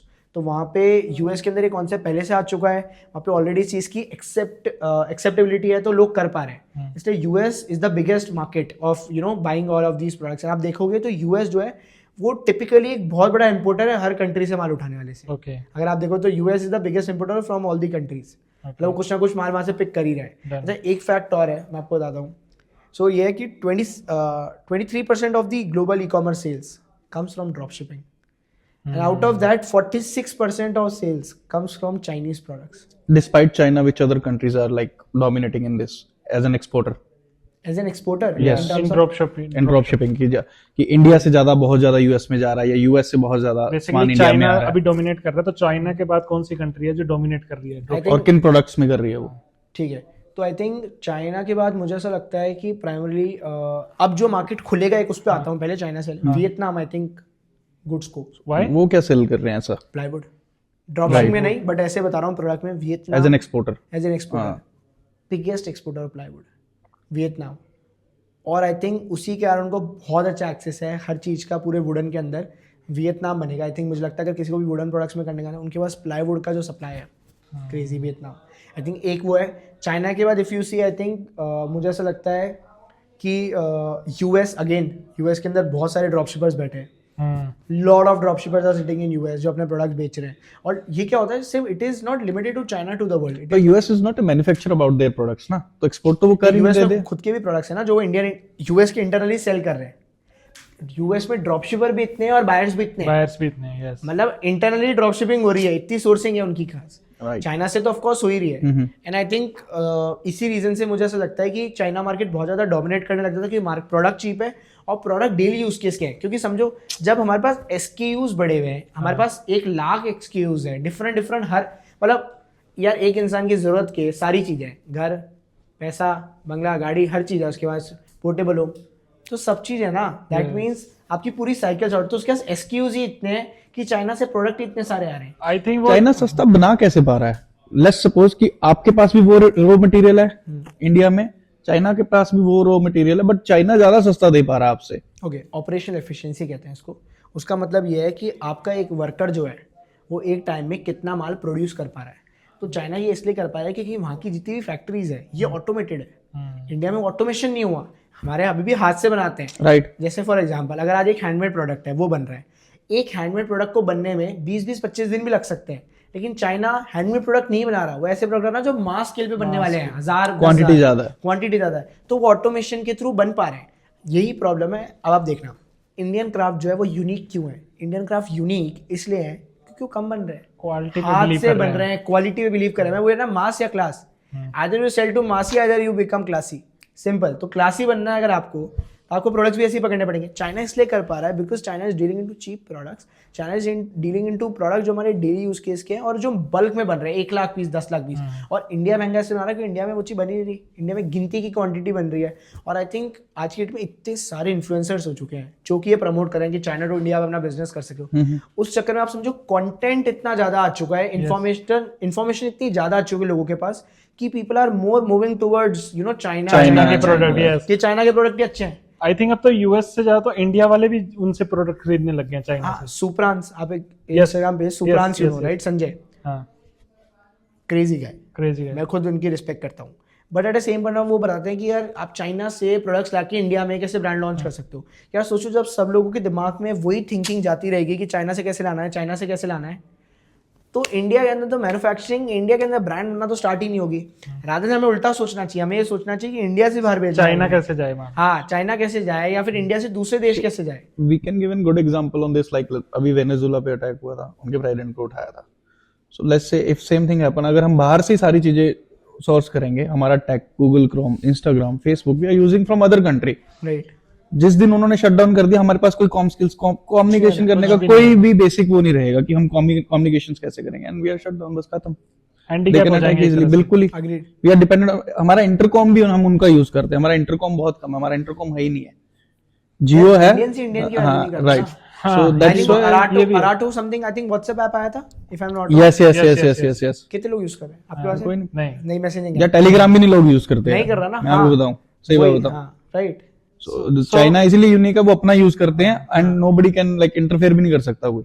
Agreed. I think 200% agree. And I think वहाँ पे कल्चर है टू बिल्ड चाइना. या आई थिंक इंटरनली जैसे यहाँ पे मेक इन इंडिया चल रहा है, यहाँ मेक इन इंडिया चल रहा है आई थिंक. और बट वहाँ थोड़ा स्ट्रॉन्ग है. Strong है. यहाँ धीरे धीरे डेवलप हो रहा है. बट आई थिंक हमारे यूथ को, आई थिंक यूथ के लिए बहुत ज़्यादा इंपॉर्टेंट है ये समझना to start building brand for Indian products. People are right now thinking कि I will build a brand for Chinese products. Let's say boAt है, बोट ने एक गुड एग्जाम्पल दिया कि कैसे आप वाइट लेबलिंग के थ्रू प्रोडक्ट बना सकते हो.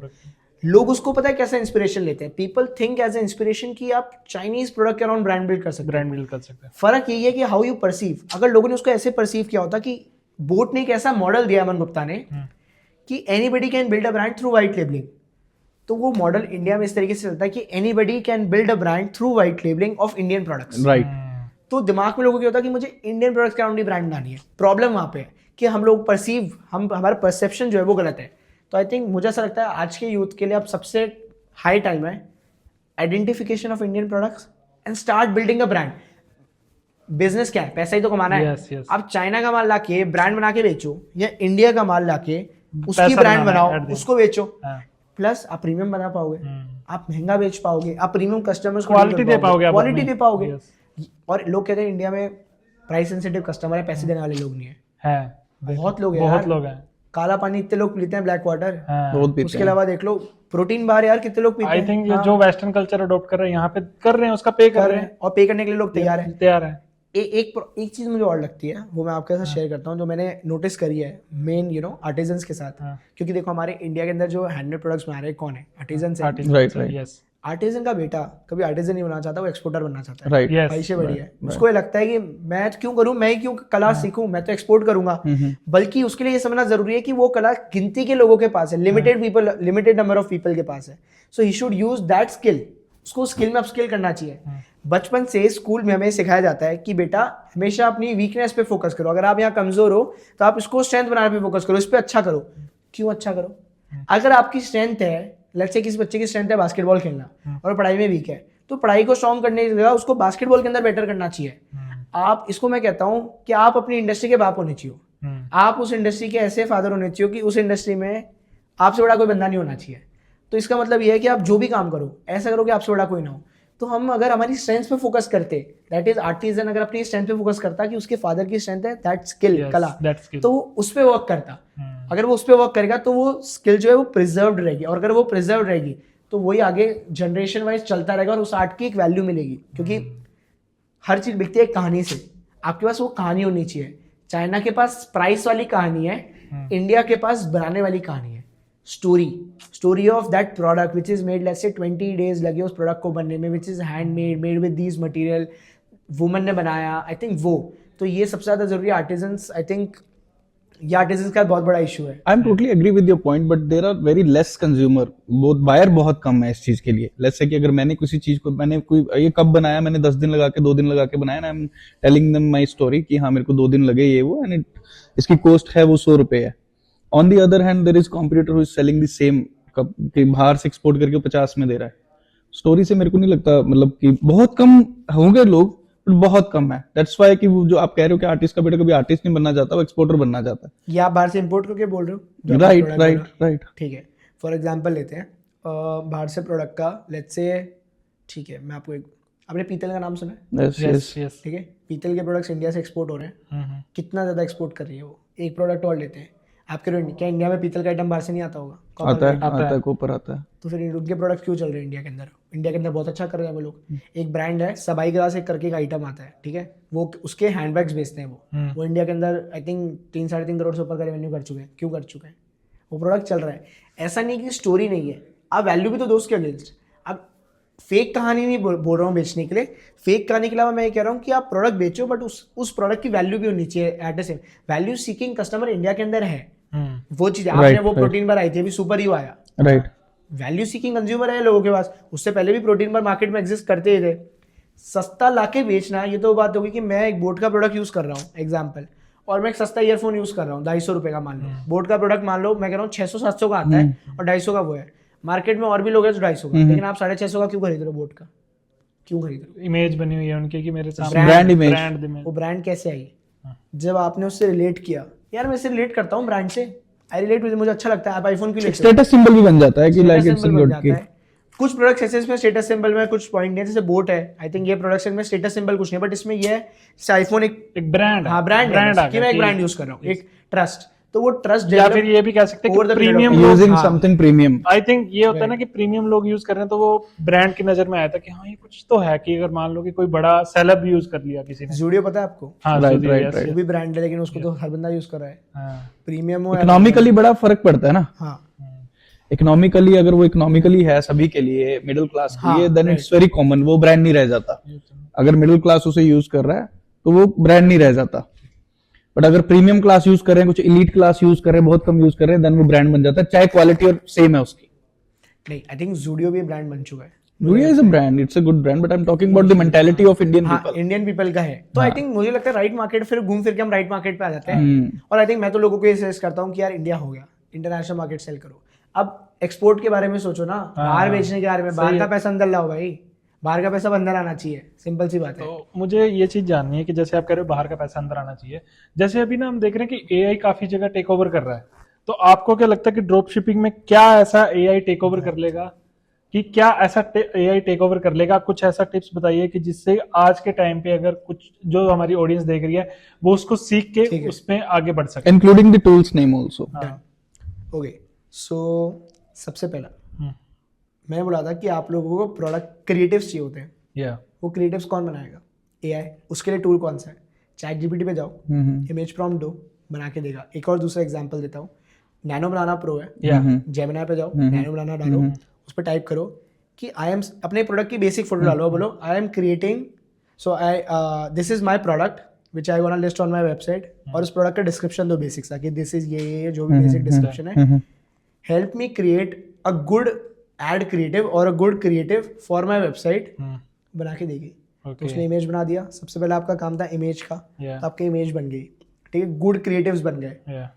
चलो आपने 4-5 क्रिएटिव्स बना लिए। दूसरी, अब आपको एड रन करनी है, उसके लिए एक अलग क्रिएटिव चाहिए होगा।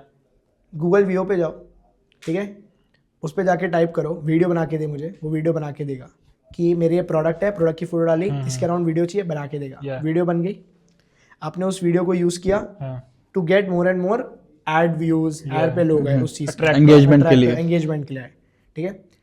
तीसरा एक टूल है, जब आपका ये काम हो गया, अब आप लोगों को लिस्टिंग करनी है, प्रोडक्ट लिस्टिंग है। मान लो आपके पास 50 प्रोडक्ट है, आपको लिस्ट करने हैं। कॉमेट पे जाओ, कॉमेट पे जाके बोल, हे कॉमेट, ये 10 प्रोडक्ट है, ये 10 प्रोडक्ट की डिटेल्स है, ये प्राइस है, इस कॉमेट इन प्रोडक्ट्स को ले through this excel sheet, go on Shopify और go on my website and list these 10 products. वो आपकी एक वेबसाइट, वो आपकी वेबसाइट ओपन करेगा, ऐड प्रोडक्ट्स पे क्लिक करेगा, सारे प्रोडक्ट को मैन्युअली ऐड करेगा, छोड़ के बैठ जाओ, खत्म। और फ्री टूल है, कुछ नहीं करना, अपने लैपटॉप को छोड़ दिया और होने दिया। इवन मैंने अपने 4-5 पेपर उससे अटेम्प्ट कराए। So it's all automated, like you don't need everything is automated, time saving and automation. I think हमें एआई से डरना नहीं चाहिए, उसका यूज करके पैसा कमाना चाहिए। अरे अभी आई टेल यू, सो आज मैं जिससे मिल के आया फॉर शॉल्स, वो अफ्रीकन मार्केट के अंदर अपनी शॉल सेल करते हैं, ठीक है। ओके, अब उन लोगों को टारगेटिंग करनी है अफ्रीकन को, तो उनने एड क्रिएटिव्स भी ऐसे बनाए। उनने क्या किया, उनने मुझे समझाया उनने क्या किया। शॉल है, जैकेट्स और शॉल थी, ठीक है। जैकेट को पकड़ा, नीचे फेंक दिया, बंदे ने उसकी फोटो ली, जेमिनी के ऊपर डाला और बोला अफ्रीकन बॉय 3, उनके ऊपर जैकेट, उसने 3 African boy, proper jacket, proper branding, logo, everything बना के दी। उन्हें एड रन कर दिया, वहाँ मार्केट चले गया उनका। भाई सिंपल है, उनके लिए तो काम आसान हो गया ना। तो एक एआई आई थिंक सबसे ज्यादा इफेक्टिव यहाँ पे है। आई थिंक एआई का नेक्स्ट यूज आप कर सकते हो। There are couple of tools जो आपको बताते हैं कि आपके एड क्रिएटिव्स वर्क भी करेंगे नहीं करेंगे। तो वो मैं कमेंट के अंदर, आप डिस्क्रिप्शन में उनको लिंक मिल जाएगी। कुछ 1-2 टूल्स हैं, मुझे अभी नाम क्लिक नहीं कर रहा है। उन टूल्स को यूज करके कोई भी पता चलता है कि उसके एड क्रिएटिव्स वर्क करेंगे या नहीं करेंगे, और वो कंप्यूटर के एनालिसिस भी करके देता है अगर आप एआई के टर्म्स में देखो। तो आई थिंक एआई क्रिएटिव्स में काम आ सकता है। आपकी डिस्क्रिप्शन जनरेट करने के लिए चैट जीपीटी है, उसके लिए काम आ सकता है। वो बेसिक प्रॉम्प्ट बनाता है, बट क्रिएटिव्स इज समथिंग जो थोड़ा डिफरेंट मैं कहूंगा, और एड्स क्रिएटिव, आई थिंक 2 चीजें। तो आई थिंक ये अगर किसी सिंगल पर्सन को अगर ना अपना ड्रॉप शिपिंग का बिजनेस स्टार्ट करना है तो वैसे कर सकता है, एक प्रॉपर पाथ आपने डिजाइन कर दिया। So in the beginning of the podcast, you shared about your grant system. You got some grant from your college.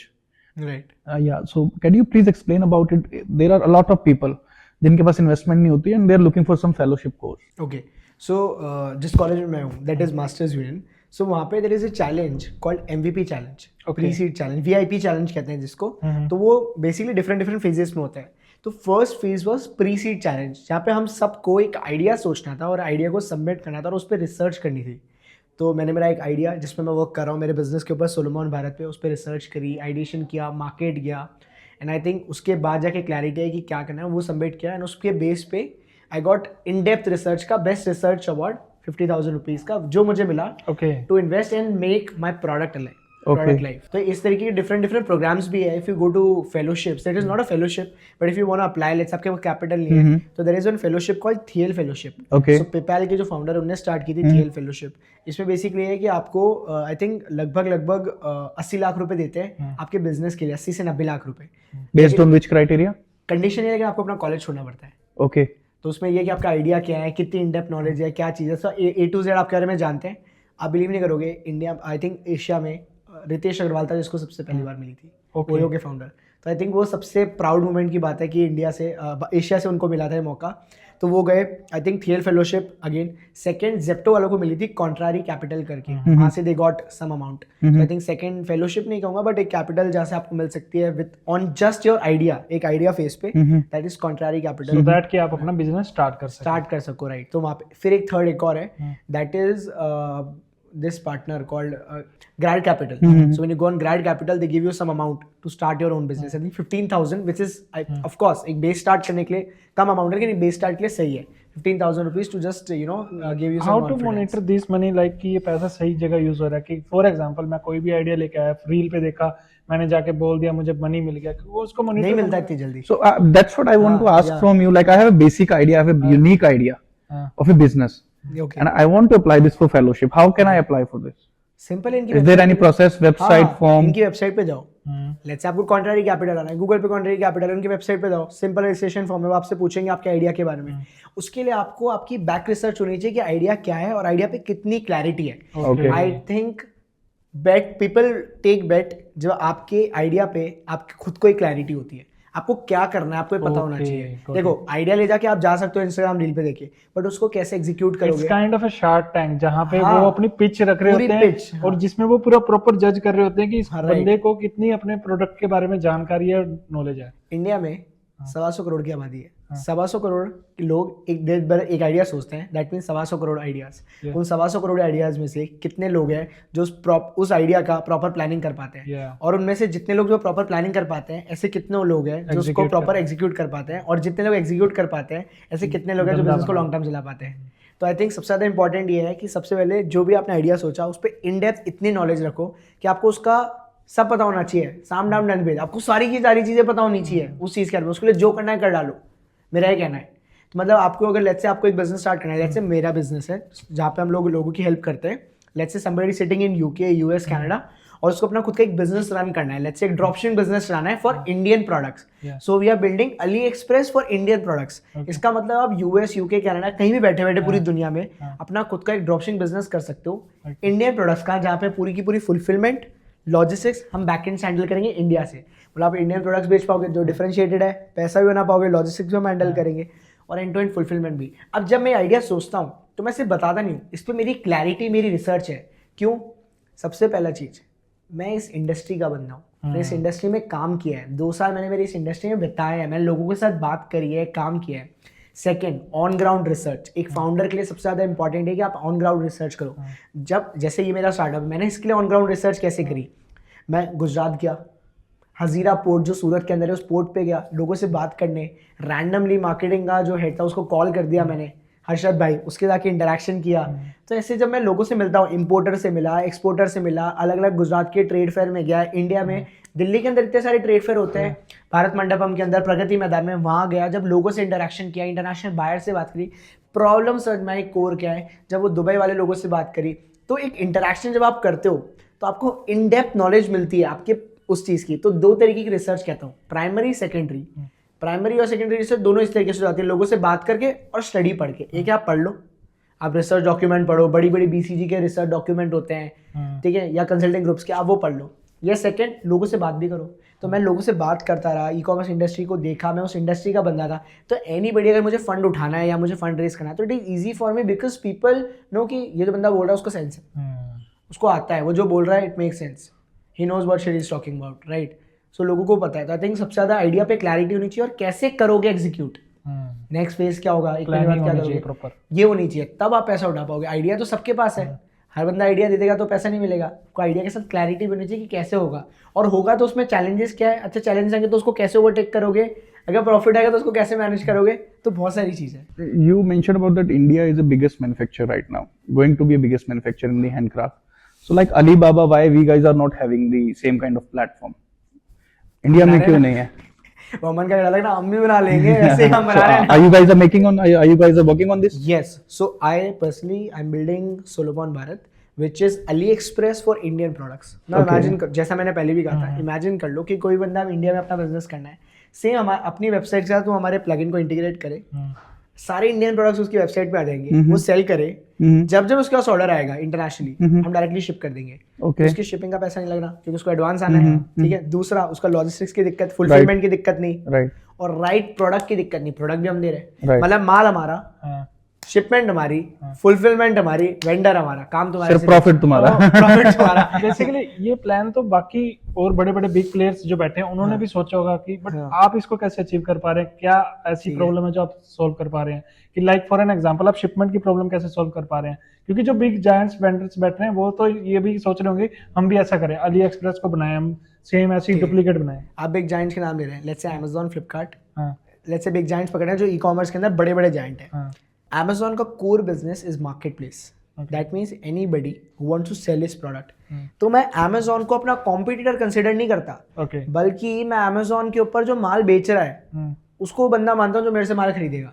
देखो Amazon के ऊपर जो माल बेच रहा होगा वो माल कहाँ से आ रहा होगा, एक सेलर से आ रहा होगा, सेलर से आ रहा होगा, एक सप्लायर से आ रहा होगा, मैं यूँ कहूँगा, ठीक है।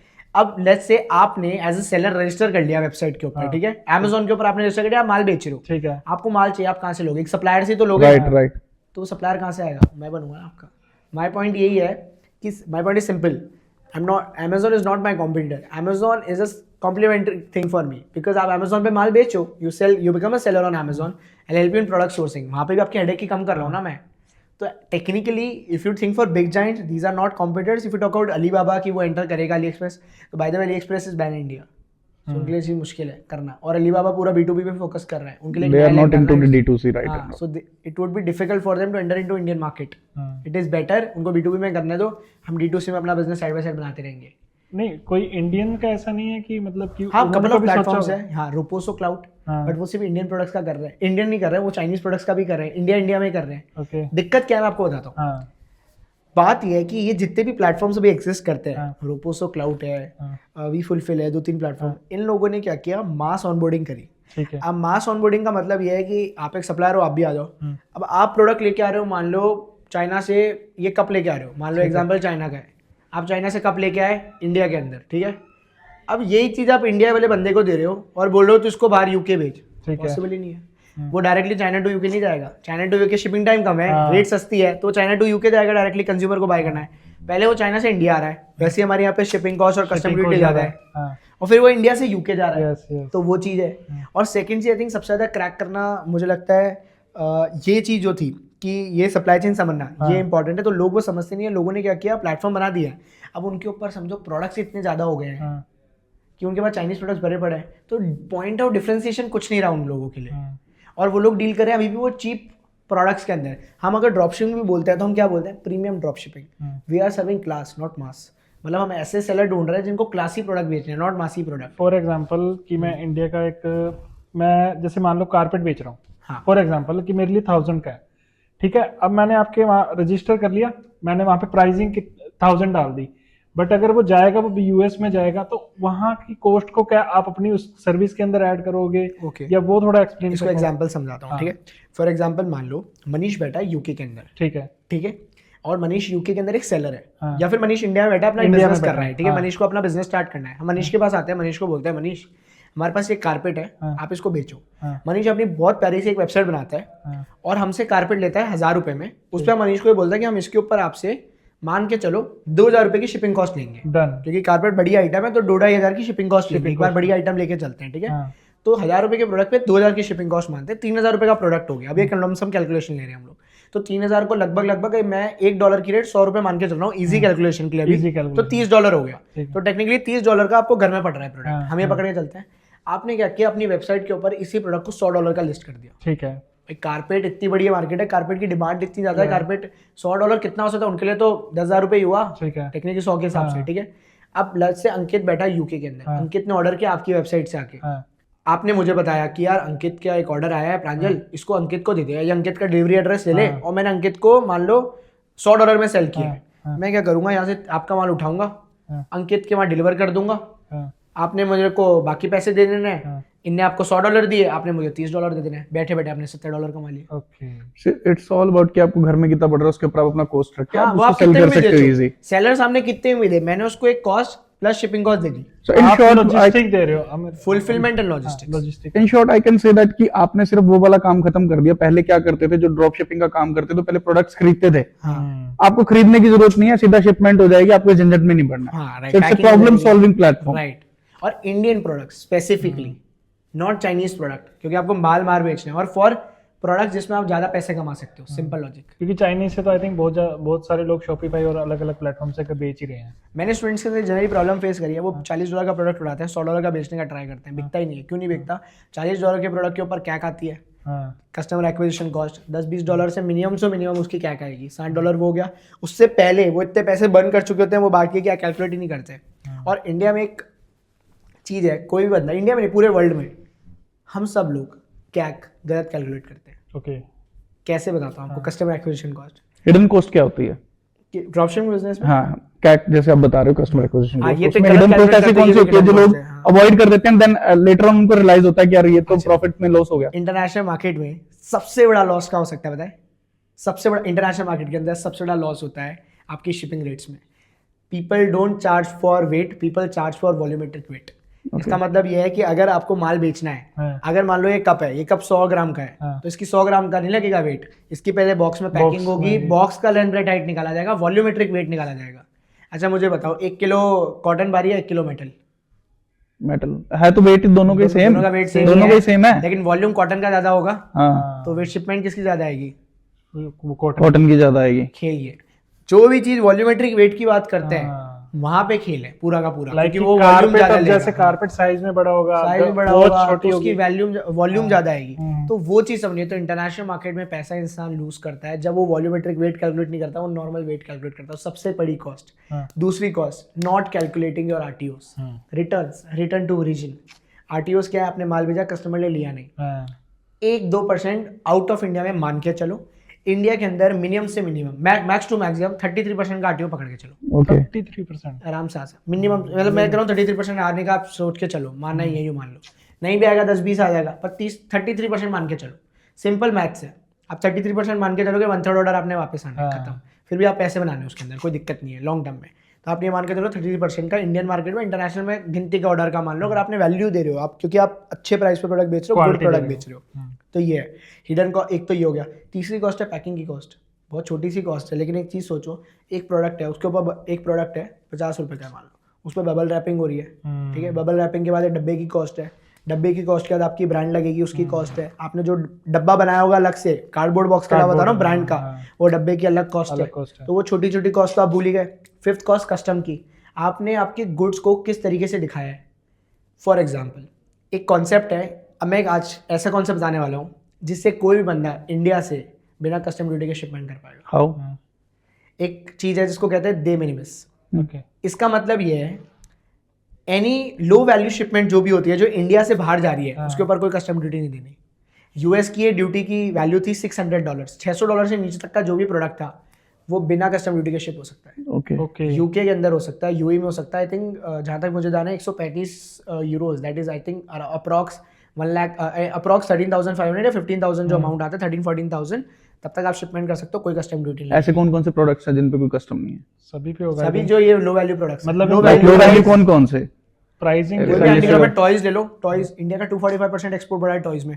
टॉयज उठा लो, वुडन के यूटेंसिल्स उठा लो, आप क्या कहते हैं छोटे छोटे प्रोडक्ट्स ले लो, टेम्पर्स ले लो 10,000 के नीचे के जो आप बेच रहे हो, आप क्या कहते हैं सेरामिक्स का आइटम उठा लो, आप लोग और किस चीज़ के बहुत सारे प्रोडक्ट्स ऐसे इस कैटेगरी में अगर आप जाओगे तो हैंडीक्राफ्ट के अंदर बड़े बड़े आप आइडल्स उठा लो, आइडल्स के अलावा आप है ना छोटे छोटे सेरामिक्स, ये आइडल्स के अलावा इसके आइटम बनते हैं, क्या कहते हैं रेजिन के आइटम बनते हैं, आप रेजिन के आइटम उठा लो, क्लॉक्स है क्लॉक्स ले लो, वॉचेस ले लो, सारे के सारे जितने भी हैंडमेड प्रोडक्ट है, कपड़ा ले लो, कोई भी कपड़े के अंदर आप पकड़ लो, पश्मीना ले लो, चलो आप जो भी ये रेंज से कम की जा रही है, इतने हाई नहीं बोलूंगा, जो भी कम की लो वैल्यू शिपमेंट जिसको हम कहते हैं, वो आप उसमें भेज सकते हो। दूसरा तरीका, अगर शिपमेंट वैल्यू ज़्यादा है, बोनाफाइड गिफ्ट, मान लो मनीष को, अंकित को, अंकित रहता है यूके में, गिफ्ट भेजना है, दिखा दो गिफ्ट की तरह भेज रहा हूँ, बोनाफाइड गिफ्ट। छोटे छोटे है क्या, लोग दिमाग नहीं लगाते, बोनाफाइड गिफ्ट में दिखा दो कि मेरे भाई को भेज रहा हूँ, गिफ्ट है मेरा। थोड़े लेवल लिमिटेड लेवल तक कर सकते हो, तब तक तो ट्राई कर लो। हाउ मेनी टाइम्स कर सकते हैं, मतलब दे मिनिमम में आप कितना भी कर सकते हो। चाइना ने वैसे इसका बहुत फायदा उठाया है, ये बहुत इंटरेस्टिंग स्टोरी है। चाइना ने क्या किया, सबसे पहले उसने लो वैल्यू पार्सल बनाए, ठीक है, जो लोग बल्क में ऑर्डर कर रहे थे उन लोगों के बता रहा हूँ। मान लो कि कोई यूके में बैठा है, यूएस में बैठा है, उसको बल्क में ऑर्डर करना है, चाइना ने क्या किया, पहले माल सिंगल पीस आइटम शिप करे, उस पर कस्टम ड्यूटी नहीं लगी, क्योंकि जब बल्क में आइटम जाते तो कस्टम ड्यूटी लगेगी, तो उसने सिंगल वैल्यू आइटम करे। वो माल आया यूएस के वेयर हाउस में, यूएस के वेयर हाउस में आने के बाद उसने क्या किया, सारे आइटम को लिया और एक बड़े से डब्बे के अंदर डाल दिया, फिर कस्टमर को डिलीवर कर दिया। ओह, कस्टम ड्यूटी नहीं लगी, पूरा का पूरा माल 0 कस्टम ड्यूटी से यूएस पहुंच गया।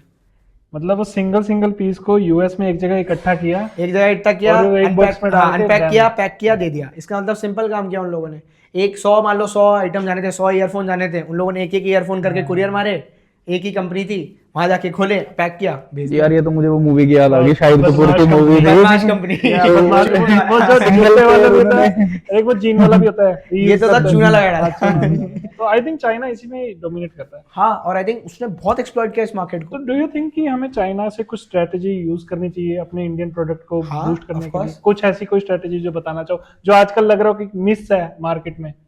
चाइना की एक चीज है, काम करना होता है, काम करो। चाइना क्या कहता है, चाइना हर चीज में क्विक है, कर देता है, ठीक है।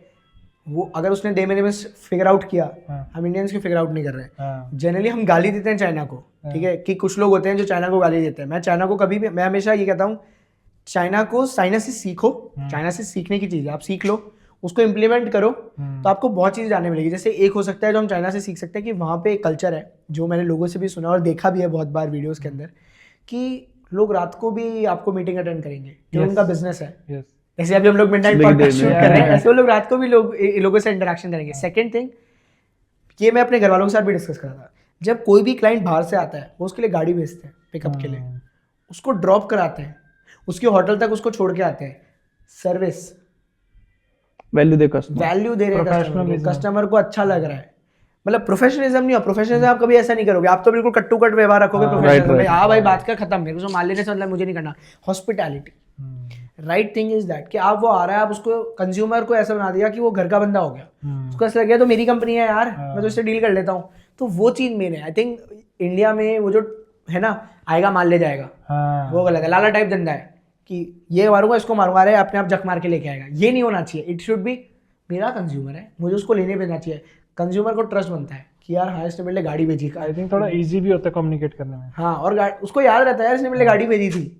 हमारी यही तो याद रखते हैं लोगों को, हम यही तो बताते हैं। हम लोगों को नहीं बताएंगे माल अच्छा था या खराब था, हम लोगों को बताएंगे नहीं बहुत अच्छा सेलर है, बहुत अच्छा माल बेचता है, मैं जब भी जाता हूँ बढ़िया वो बताता है, चाय वाय पिलाता है, हम ये बोलते हैं हमेशा। आई थिंक मेरे ख्याल से जो छोटे छोटे शॉपकीपर होंगे, वो अगर छोटी छोटी चीजों पे ध्यान देंगे तो आई थिंक वो अपना बिजनेस ज्यादा ग्रो कर। और इंटरनेशनल में यही है, ये डे मिनिमम जो मैंने बताया, ये तो यूज करो ही करो। people are already following this. Like if you talk about Swiggy, Zomato, or the local shopkeepers, if you are buying a cake from them, they are giving you complimentary pastry to taste it. हाँ, So this is good right, to make a good impression and to आप उसका अपना एक test भी दे रहे हो अपने product का। ये So बहुत ये matter hospitality का एक better तरीका है। So we have a few rapid fire questions for Oh, you, oh my God. which are Okay. based on your journey about your products, Sure. and so we'd like to ask from you. Okay, So are you ready for this? Not Not now. Ready, not expect. Okay. So let's start with this. Yeah. So one metric you check before revenue every morning. I think Instagram followers. So is it your particular metric? I mean I think मेरे लिए particular जो revenue है वो कहाँ से आना है, it should come from people who are following me and जो लोग इंडियन प्रोडक्ट सेल करने में इंटरेस्टेड है, क्योंकि वो मेरी कम्युनिटी है। तो मैं सबसे पहले देखता हूँ कि कितने लोग ऐसे हैं जिन लोगों ने मुझे डीएम किया है, ताकि मुझे न्यू कम्युनिटीज़ मिलेगी, और अगर वो लोग मिलेंगे, न्यू कम्युनिटी मेंबर्स मिलेंगे, मैं उनको ऑल शेयर कर पाऊंगा, मेरा रेवेन्यू बढ़ेगा। So one D2C trend you think is overhyped right now? D2C में आई थिंक टी शर्ट्स बहुत हो गया भाई। Yeah. पक गया हूँ Yeah, कपड़े it's very देख common. के। मैं पक गया हूँ। A product idea you killed early and why? I think अभी recently safe stage club you know Shark Tank में फंडिंग Yes, मिली है, yes, yes. तो me and my friend, so my best friend, we were thinking कि हम इस business को start करते हैं, because he is also credit card expert, उसका 100 से ज़्यादा क्रेडिट कार्ड है। तो आई थिंक नहीं बैठा, उसका मन नहीं था करने का, so I think I miss that opportunity. नहीं तो that guy raise I think so But you didn't killed it. You were about to kill it, but हाँ, but हो नहीं हाँ, पाया। हो नहीं Okay, पाया। it's good. One brand outside of But e-commerce before you that, you know, admire. I'll just want to say one thing. Yep. इससे पहले I was building into B2B exports. So I think I worked on that idea for 8 months कि मुझे B2B exports में काम करना है और एक ऐसा प्लेटफॉर्म बनाना है जिससे कोई बंदा इंडिया से B2B सोर्सिंग कर सके। But I think I killed that. मतलब मैंने उस पर काम किया, बट उस प्रोडक्ट को खत्म कर दिया, काम ही नहीं करा उस पर फिर बाद। Good one. One brand outside e-commerce you admire. e-commerce, Outside e-commerce. I think not brand but a person I'll say. Shrikant बोला। Why? You know about Shrikant Bola? No. So, by the way, उन पे एक movie भी है Shrikant. Do watch it on Netflix. मैं genuine बता रहा हूँ. I think What's the concept about that movie? He's a visually impaired boy. Okay. And he fought with Indian government कि आप प्लीज़ मुझे 11th, आई थिंक 11th का 10th या 11th के अंदर साइंस लेने दो. और आज की डेट में उनकी कंपनी मोर देन 300 करोड़ से ऊपर की है. प्लस APJ अब्दुल कलाम ने उनकी कंपनी के अंदर फर्स्ट इन्वेस्टमेंट डाली थी 25 लाख रुपीज़ की. विजनरी गाय, ग्रेट गाय, जिसके पास मैं ये कहता हूँ कुछ नहीं था. If you see that story, उनके पास कुछ भी नहीं था. मतलब बिल्कुल छोटे से गांव से उनके मम्मी पापा उनको मारने वाले थे, लिटरली गाड़ने वाले थे. Okay. लेकिन वहाँ पे वो विजन था, वो बच गया. और उसके बाद उनने अपनी खुद की एक कंपनी स्टार्ट करी. APJ अब्दुल कलाम जी ने पैसे डाले उसके अंदर, बाहर से इन्वेस्टर आए और आज एक विजुअली इम्पेयर्ड बॉय ने इतनी बड़ी कंपनी बना दी. वो आउट ऑफ इंडिया गया, फ्री में पढ़ के आया. तो आई थिंक वो जो स्किल, आई थिंक वो जो गाय है, I think. Are you talking about that movie जो उन पे एक मूवी भी बनी थी? श्रीकांत. Yeah, हाँ, श्रीकांत श्रीकांत is जो good in the Hrithik Roshan ने परफॉर्म किया था. नहीं, That's the different one, the teacher. Rajkumar Rao. Rajkumar Rao. Yeah. That is Yeah, super yeah, 30 yeah, should have Got it. Got it. Okay. One leadership habit that change your results. I think hustle. Top of the people they hustle. कुछ ना कुछ life में करते रहो. मुझे लगता है अगर आप कुछ ना कुछ करते रहोगे हो जाएगा. मैंने करके देखा है, हो रहा है. A founder skill you are still working on. अच्छा, okay. I think managing my time and delegation is something. So मैं ज़्यादा डेलीगेट नहीं करता काम. मुझे ऐसा लगता है ये भी मैं कर लूँ, वो भी मैं कर लूँ, ये भी मैं कर लूँ. I think that's the biggest issue. You should know कि आपको कौन सा काम किसको असाइन करना है और वो काम होना चाहिए. I think that I am lacking on and I am working on it. Biggest myth about drop shipping. Biggest myth about dropshipping that you can't make money by selling internationally. I think you can. So you have already shared the roadmap about it. Yes, of That's course. good about it. I mean, So one and last question from you, like one marketing channel that's overrated today. The marketing strategy which is too overrated right now. कि Into उससे benefit नहीं हुआ इतना ज़्यादा. meta ads. Meta ads. Everyone thinks कि But people are saying that Meta ads are working right now. बहुत सारे लोग Meta ads ही रन करते हैं यार, कंटेंट बनाते हैं and they are. मैं ये नहीं कह रहा कि मैं कह रहा हूँ ओवर हाइप हो चुकी है meta ads. बना रहे हैं. So what else we should use? Offline channels. I think आज की डेट में हो क्या गया है, हर बंदे को डिजिटल जाना है. हर बंदे को लगता है कि मैं अपनी ऑनलाइन ब्रांड लॉन्च कर दूँ. या यार कुछ प्रोडक्ट ऐसे हैं जो कमोडिटाइज ही रह सकते हैं. मतलब जिन प्रोडक्ट्स की में आप ब्रांड लॉन्च करने से ज़्यादा ऑफलाइन मार्केट में फोकस करो ना. मैं आपको एग्जांपल देता हूँ. इंडिया में ऐसे बहुत सारे लाला टाइप बिजनेस है जो 100 करोड़ का धंधा कर रहे हैं, उनका कोई नाम नहीं जानता. Yes. या क्यों है? उनका तो ब्रांड भी नहीं है. तो उन्हें ना मेटा एड पे पैसा खर्च करना है ना कहीं और पैसा करना है. ऑफलाइन फिर भी 100 करोड़ का बिजनेस बना हुआ है. तो आई थिंक ये सबसे ज़्यादा समझना बहुत ज़्यादा ज़रूरी है. मुझे ऐसा लगता है कि नहीं मैटर करता तुम्हारे लिए कि तुम ऑनलाइन मेटा एड पे फोकस कर रहे हो नहीं कर रहे हो. लाइक फॉर एग्जाम्पल, एक एग्जाम्पल शूज़ लेते हैं. आई थिंक MBA चाहिए वाला. एमबी जाना तो फिर भी ऑनलाइन चलो कंटेंट पे स्पेंड किया, उसके भी इतनी नीड नहीं थी. कंटेंट पे स्पेंड किया. बट आई थिंक उसका फिर भी वो ब्रांचेस खोल रहे हैं. जैसे अभी हम चाहे चूरी हाउस देख लें, वो भी समथिंग लाइक कि वो कंटेंट पे नहीं जाते, वो नॉर्मल है बिजनेस. आप एक शूज ब्रांड लो, कोई भी शूज की ब्रांड लो. अब अगर एक एग्जांपल लेते हैं लेदर शूज. इतनी सारी ब्रांड है, कोई ब्रांड आएगी टिक ही नहीं पाएगी. लेकिन लेदर शूज वाले को एक ही काम करना है, उसको 10 दुकानदार पकड़ने हैं, उसको 10 दुकानदार पे अपना माल रखवाना है. क्यों? क्योंकि जब आप लेदर शूज देने जाते हो ऑफलाइन मार्केट में, आप जो बंदा वो बोलता है कि ये जूते ले लो, ले लेते हो. अगर अनब्रांडेड शॉप पे जा रहे हो, आप देखना कभी आप सोचते नहीं, उसमें आपको ब्रांड ही नहीं पता, उसमें तो आपको वो माल दिखा रहा है. जिसका वो माल दिखाएगा वो ले लोगे. अनब्रांडेड में, चप्पल में भी एक ही. अगर आप अनब्रांडेड, चप्पल में नहीं होगा, चप्पल में ब्रांड आ गई. लेदर शूज में अगर आप ब्रांडेड अनब्रांडेड शॉप में जा रहे हो तो आपको जो जूता दिखाएगा आप वो पहनोगे, ले लोगे. आपको उसमें ब्रांड दिखेगी नहीं.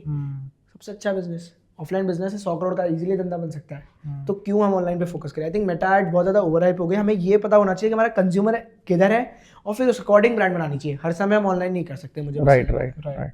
If you are going for bulk, so आप तब मेटा एड्स वर्क कर सकता है. बट अगर आप for D2C आप ऑफलाइन के लिए बहुत सही बता रहे हो. हाँ, मतलब D2C ऑनलाइन के लिए भी गुड है. अच्छा, बट ऑफलाइन के लिए कुछ प्रोडक्ट पे डिपेंड करता है. बहुत डिपेंड करता है. बहुत पे डिपेंड करता है. अब आप कुछ नया ही प्रोडक्ट लेके आ रहे हो तो आपको लोगों में अवेयरनेस फैलानी है, तो आपको करना ही पड़ेगा. आपको ऑफलाइन भी करना पड़ेगा और ऑनलाइन भी करना पड़ेगा. डिजिटल फर्स्ट ब्रांड है तो. पर आप ओल्ड लोगों के लिए आप करना चाह रहे हो तो it is difficult. I think आपने काफ़ी कुछ बता दिया ड्रॉप शिपिंग के बारे में. प्रोडक्ट क्या होता है, प्रोडक्ट को डिज़ाइन कैसे करना चाहिए, उसको कैसे बेचना चाहिए, उसकी साइकोलॉजी कैसे पढ़नी चाहिए, कस्टमर को कैसे समझना चाहिए. तो आई थिंक ये काफ़ी informational. It's a knowledgeable podcast for everyone. Really thank for thousands who are watching this online. So we had a very great time. Do you have any few words for your for viewers, for audience, which you would like to share? So I think मैं एक ही चीज़ कहूँगा that is कि life में हमेशा कुछ ना कुछ करते रहो। देखो हर बंदे के पास एक अपॉर्चुनिटी होती है, एक मौका होता है जब उससे एक सवाल पूछा जाता है, और आपने बहुत मूवीज़ में भी देखा होगा, वो ये होता है कि एक समय ऐसा आपकी लाइफ में आता है कि या तो आपको किताब बंद करनी है या पन्ना पलटना है। तो आई थिंक इस 2026 के अंदर इस चीज़ पे फोकस करो और अपना खुद का एक बिजनेस स्टार्ट करो। बाकी लिंक्स उनको कमेंट के अंदर Yeah, डिस्क्रिप्शन में मिली जाएगी, और चेकआउट करो हमारे पेज को। और अगर आपको अपना बिजनेस भी रन करना है, इंटरनेशनल बिजनेस, तो हमारी टीम को रीच आउट कर सकते हो और आपको पूरी की पूरी मदद मिलेगी कि how you can launch your own international dropship business. So मैं भी यही कहना चाहूंगा कि अगर किसी को भी अपने प्रोडक्ट को अगर ग्लोबली बेचना है तो प्लीज इनके चैनल को फॉलो करें और इनसे कंसल्ट करें। एक लास्ट चीज़ मैं और कहना चाहूँगा, वो ये है कि चाइना तक ठीक है, अब सोचो कि कैसे हम भारत के प्रोडक्ट्स को दुनिया तक लेके जा सकते हैं। So let's take India to the world. Thank you guys. Thank you for watching us. Thank you. Have fun. Thank you guys. Thank you. Bye bye. Take care. Bye. Have fun.